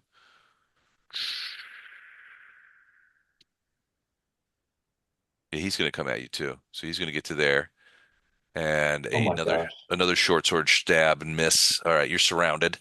All Yeah, right, Poe. so screwed. I see Poe doing some measuring. That scares me. What's going on over there? Yeah, I'm gonna do a little quick dimensional hop to back up our resident killer. Okay, Nice. blanking. Yeah, and then I'm gonna do. I can still do a swift action, right? That doesn't affect my regular Swift action, yes, Right. yeah. Yep. Mhm. Okay, so I'm gonna enlarge myself. They surround me, thinking they've got it, and then all of a sudden this huge dwarf appears behind them. Hello, the guy turns around, he's like, ah! It lets out a little squeak. All right, so that's the end of round 1. Oh, wait a minute! I still get an attack. That was a move and a swift action. Oh, okay. Got that. 16. Let me check. I'm sure that hits him though. It's flanking. So 16, 18. Yeah, that hits him with the flank. Okay, so 13 points of damage. Yeah. All right. He gets stabbed in the back with a spear by a giant dwarf. He's not liking that at all, but didn't kill him though. All right. Now that's it for you? Yep. All right, Wraith. Lorelai's gonna stay put. I'm gonna move 5, 5, 10, 15, 20, Okay. 25, 30. All right. I just put And a red circle in there. That's cover. yeah, but at that point, I can get that guy. So I'm gonna shoot that guy. Okay. It's only gonna be the one attack, and it'll be But if you got the many shot, it's still the 2 arrows. Yeah, yeah, it's still right. 2 arrows. It's mini shot, but it's only gonna be the The first one. Okay. 30, Yeah, that'll hit him. Wow. Yeah. 21 points of damage. Ouch. Be 22, He- wouldn't it? Yeah, is he within 30 feet? He's within 30 feet. So Yeah, be he's within 22. 30. Just at. So 22 points of Okay. damage. That arrow hits him high in the abdomen. He's like, "Oh God!" It's bleeding out. He's like, "Oh, what's going on? What the heck?" All right. Where's my housekeeper? What the hell are you talking about, man? Ain't no housekeeper. You Okay. better answer it, dudes. Keep not answering the question. I'll keep killing people. All right. He's gonna come 1, 2, 3, 4, 5, 6. He's gonna come to there, and he is going to just make sure I got this. Yeah, he's gonna shoot a cross. Yeah. He's Night, gonna go. guys. Later. Good night. Good night. Okay. He's gonna go over here and shoot a crossbow. Oh no. Me? Yeah. Oh, all right. Bow in it. Here we go. 9. Is that crossbow bolt? No, sir. 9 here? No. Okay. Titus. Who shot the crossbow at my friend Ono? This guy right here. Okay, I think he needs a magic missile up the Magic keister. missile. Oh, that's what you get. Ooh. And All right, since so I this get could to be shoot- another Verm because he's got 9 hit points left. Well, Oh wait, you hit him. You hit him with the fireball, so it's all you. If you kill him, Yeah, so you can't burn yourself. you can't burn yourself. that's okay. You don't know what I can do by myself or not. Oh, yeah, watch me. So how many hit points does the fallen lady have? She has 5 hit points, but she's unconscious at his feet. So I'm gonna send 2 magic missiles her way. Why are you sending magic missiles her way? Well, do we need to keep her alive? Yeah. Oh, I took a penalty to like not kill her. wait a minute. Is that Arendar? That's Arendar. Yeah, it's not Wraith. Wraith's the one that murders everyone. Arendar likes to question Wait. people before Wants he to kills talk to everybody. Wraith would never hurt anybody. Wraith and Arendar are going to end up He getting never into hurt it. anybody. Because if he keeps this Ono stuff up, I'm going to kill them. him. Oh no, stuff up. Metaphorically speaking. Okay. Nah, I'm going to, let's see. Nope, can't do that. I guess I will magic missile the guy who shot at Poe, or excuse me, Ono. Okay. This guy right here on the sort of like, and I guess Yeah, that guy down here. yeah. So I'll send 2 his way, and then who are the guys surrounding Ono? What are their hit points and status? One's on his side. One's stunned. The sideways guy's stunned. Yeah, One so guy's there's- got an arrow Oh, in his but- gut. One guy's got an arrow in his gut. This guy is laying down. He seems to be shaking it off, but and then there's another guy sort of around the other side of the fountain pillar here who looks like he's going to stab Ono with a short sword of some sort. Next round, he hasn't I'm yet. going to take advantage of the already wounded, since magic missiles don't have a lot of damage. All right. So I'm going to put 2 in the guy that shot at Ono. Okay. 2 at the guy in front of Ono, and Okay. 1 on Ono's left. Gotcha. No, Okay. the other left. This guy? No, as Ono's facing down, it'd be, yeah, that Oh, guy. the guy laying down. Yep. Okay. So do I roll? What Roll What him is it? roll him 3 by times? person. Pardon? Roll him by person Okay. So 2d4 plus 2 twice. for the crossbow guy. All right. So I'm sorry. Say that again, please. It's 2d 2d4 plus 2, and Okay. you're going to roll that thing twice. 5. Got him. So Not seven, dead. 7 against the guy down there.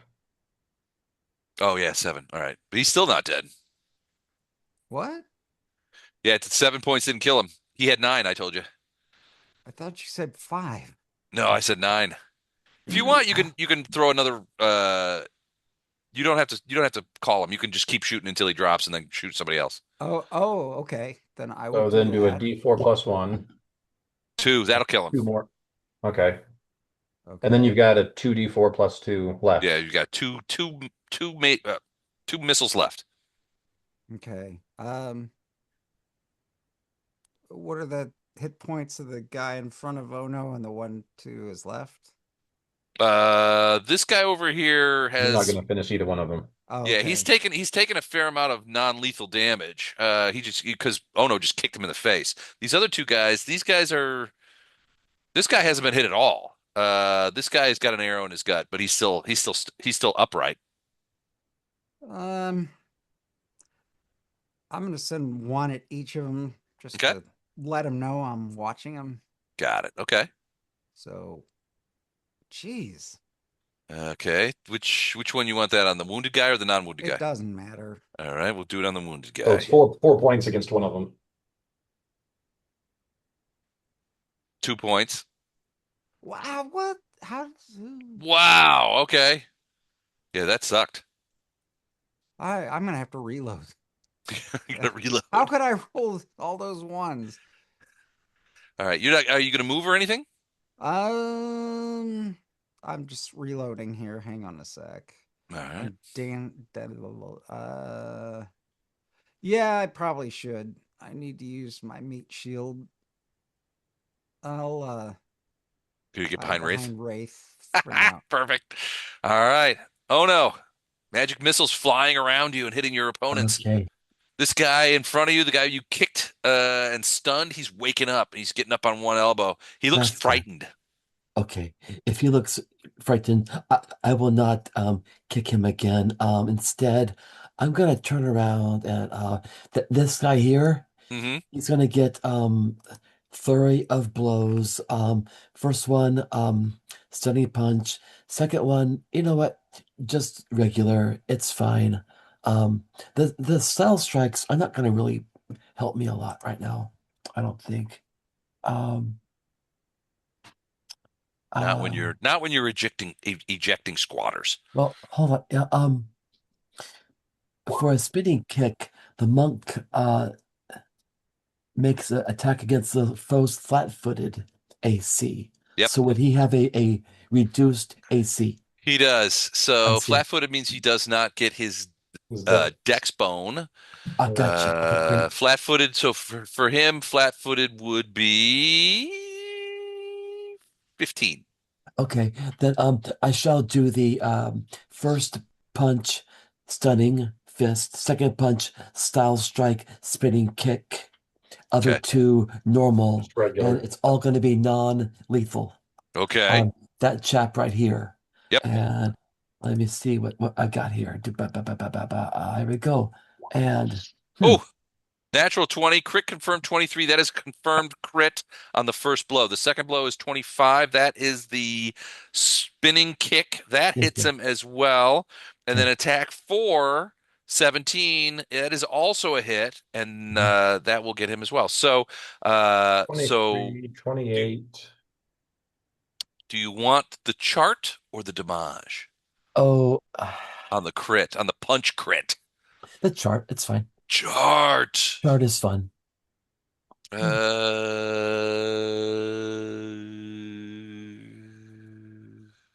Hey, Eric, Yeah. how much control do you have over the colors? Like your stuff is black and green numbers over dark purple. It's hard to read. Oh, let me try Can you here. like reverse it out so it's white on purple? Um, Mine's over white, so it makes it easy. It's easier for me to read mine. I wait. You mean on the oh no icon?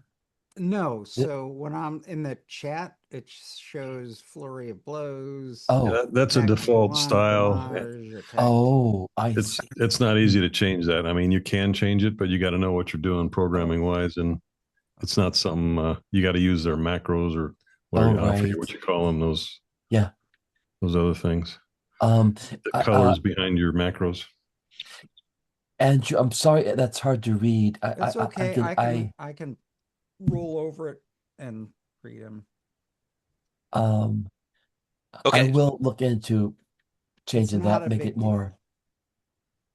All right. For I can make them out, but not they're not great. Sorry about that. It's all Yeah, right. it is a bit hard to read with the greenish blue on the purple background.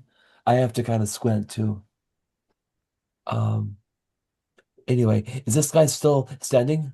well, that's a good question. So we'll just take the 17 points off from the regular hits right away. So that knocks him down. Then you got a crit. The crit on the chart is organ scramble. Max suffers max damage and 1d4 con damage. So that will be hit points as well. So what is max damage for this strike? It's Uh, d10 plus 2. Let me see here. Flurry of blows. It's Yeah. D10 plus 2. Yeah, yes, sir. Okay.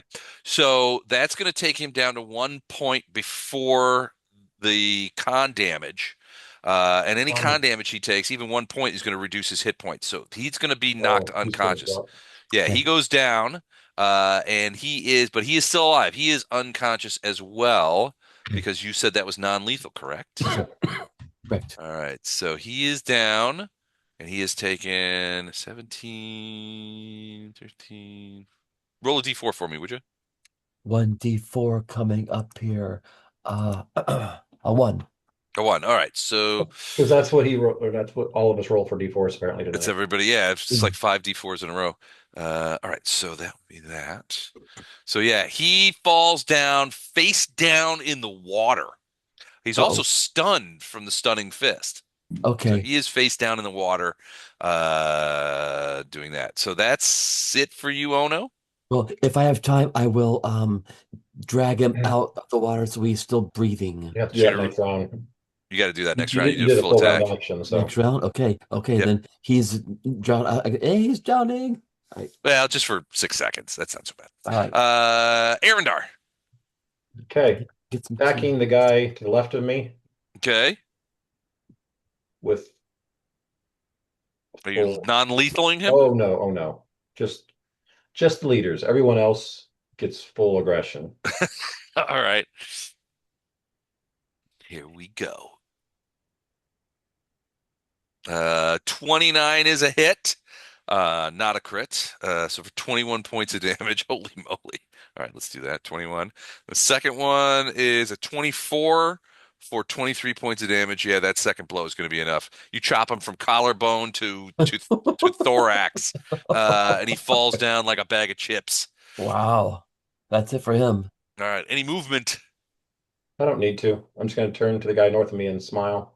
Okay. Uh-oh. All right, Oh, this yeah. guy is going to. There's nobody around him except for Ono, so he is going to He's going to crawl 15 That's feet towards the edge of this wall. He's crawling through that I underbrush. was going to say crawling still provokes. It still provokes, but Ono has said he doesn't want to attack him.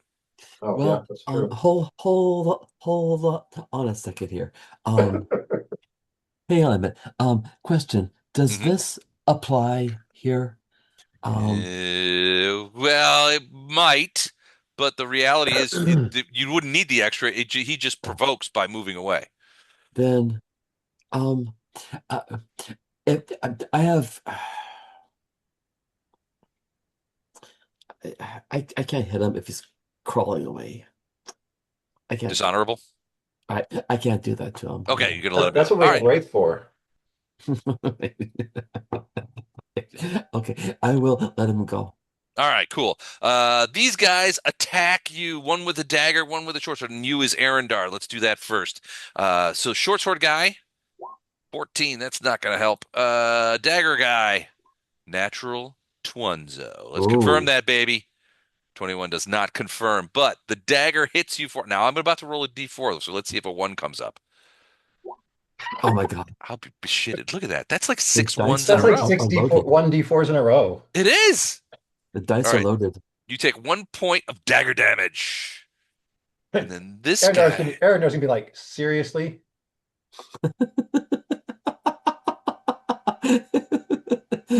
Get a bad date. A paper cut. Seriously? Gonna need some The paper Bactine cut. for that. All right, this guy's gonna take a 5-foot step and do a full attack on Ono with his short swordage. First one, ooh, natty Twunzo. Let's confirm that. 21 hit you, Ono? No, sir. All right, second attack. Oh wait, he doesn't get a second. Oh yeah, he does get 2 attacks and a 13. So just one with a short sword. Yes, sir. It's getting you One short sword. for 5 points of damage. Little Wow. stabby action there. Hey, all All right. right, Poe. That guy in front of you that you just stabbed, he just stabbed Arendar for with a tiny little flesh wound. Wouldn't even kill a commoner. For some reason, I can't get out of select mode, but it doesn't matter. I guess I'm going to give him an attack. All right. That sticker enlarged. And that's 27 will hit. 19 points of damage. That might be the end of him. That is indeed the end of him. And he goes down squealing as the point of your enlarged spear pierces his torso and rips out his guts. Wow. Arendar it's will 15 thank hit Poe. the other guy. Huh? You want to use Does it? Can you attack the other guy? Yeah, I can 15 does read. not hit him, actually. Okay. That misses him. Arendar All right. will still thank Poe. Wraith, round 3. You're welcome. 5-foot step and full attack on this goober here. Okay. Oh man. Is this the guy who just stabbed Ono? Yeah. Okay. 31, That'll hit. 24 points. That'll kill him. 25. That'll kill him. First arrow just takes him right in the eye, and he looks like he's poleaxed. Blood comes dripping down the thing, and he just kind of looks. Oh no, that other eye sort of looks at you with this crazy look, and he just falls over into the ground. Wow. With a thing. Okay. Well, I told you to leave. I told you to leave. That it for you, Wraith? Yep. Titus. Wow. Who's left? Well, there's a guy stunned face down in the water here. It looks like Ono's going to pull him out, though. This guy is crawling away through the underbrush. Looks like he's trying to escape. And then there's one of these guys here. He took a swing at Arendar a minute ago, but missed. I'm not worried about Arendar. I think we're all worried about Arendar. I'm going to shout to the guy crawling away and say, come back or suffer the consequences. All right. You want to do a diplomacy check on that one? Diplomacy check, see if you can Sure. convince him. Or do I do, yeah, that's Either diplomacy or intimidate, but yeah, I score better at diplomacy. So yeah, you probably do better with it. Holy crap, dude. You convinced me to come back from the other side of the battlefield. Like, holy crap, dude. All right, I'm coming. Nice. Wow. The diplomat. Wow, I can't meet a 37. uh, He seems really reasonable. So the guy sort of posts up and sort of sits up with his back against this wall. I think he's got an arrow in him or so. Oh no, he got punched by Ono so hard that he nearly knocked himself out. So yeah, he's up there. It's obvious to you that his nose is broken and he may have suffered some internal damage from the spin kick. But he stops. He does stop. So just Okay. yelling is a free action. You still have a whole action to do. right. So, but he stops and So throws his wait back up there against it. and we'll talk to you. And if everything sounds good, we'll heal you. Otherwise, woe betide. Okay. Oh wow. So at this point, I'll delay. Okay. So you're just gonna hang back and see who you want to finish off later. Oh no, Exactly. Yes, sir. Okay. Is there anybody left for me just to the guy pull? in front of you face down in the fountain. All right. I will pull him out All right. and I'll say, friend, I advise you to wait if he's awake. Oh, he's knocked out. All right, then. All right. Look, I'm gonna take away his weapons. Quick search for weapons, dagger, knife, a blade, So whatever. he has a crossbow, but he's not using it. He has a short sword in his hand, which he dropped into the fountain when you stunned him. I'm gonna disarm him and throw all the things, all the gear into the shrubbery, the Okay. bushes. Just chuck it in the bushes. All right, Yeah, cool. it's gone. All So, right, he's and groggy and he's sputtering from the water, but he's coming out of the stunt. Oh no, he's not. I mean, he's knocked out. He's unconscious. I'm gonna pull his helmet off and make sure that he's breathing. Okay, he's breathing. He's just a regular looking dude. All right, all Little right. little rough around the edges. Got a scar on the bottom of his chin. Okay, I'm gonna plop him down at the base of the fountain and let him um come to in his own time. Okay, sounds good. And meantime, I will, if I have time, I will dash over to this guy here and I'll say, "How you doing, fella? And he kind of like cringes back and he's like, "Don't hit me." I'm not gonna hit you." Well, He's sort of wiping the blood from out for his nose where you hit him the first time. well, Uh, I need you to please tell me, assure me that you don't have any he doesn't have any weapons. weapons on you, and I need you I need you to just sit still for a while. You're gonna be okay. You got it. Great. All right. He doesn't do anything. You do see that he has a dagger sort of sheathed at the thing, but he has made no move to get it out. That's fine. It's fine. It's fine. All right. So yeah, so Arendar, you're up.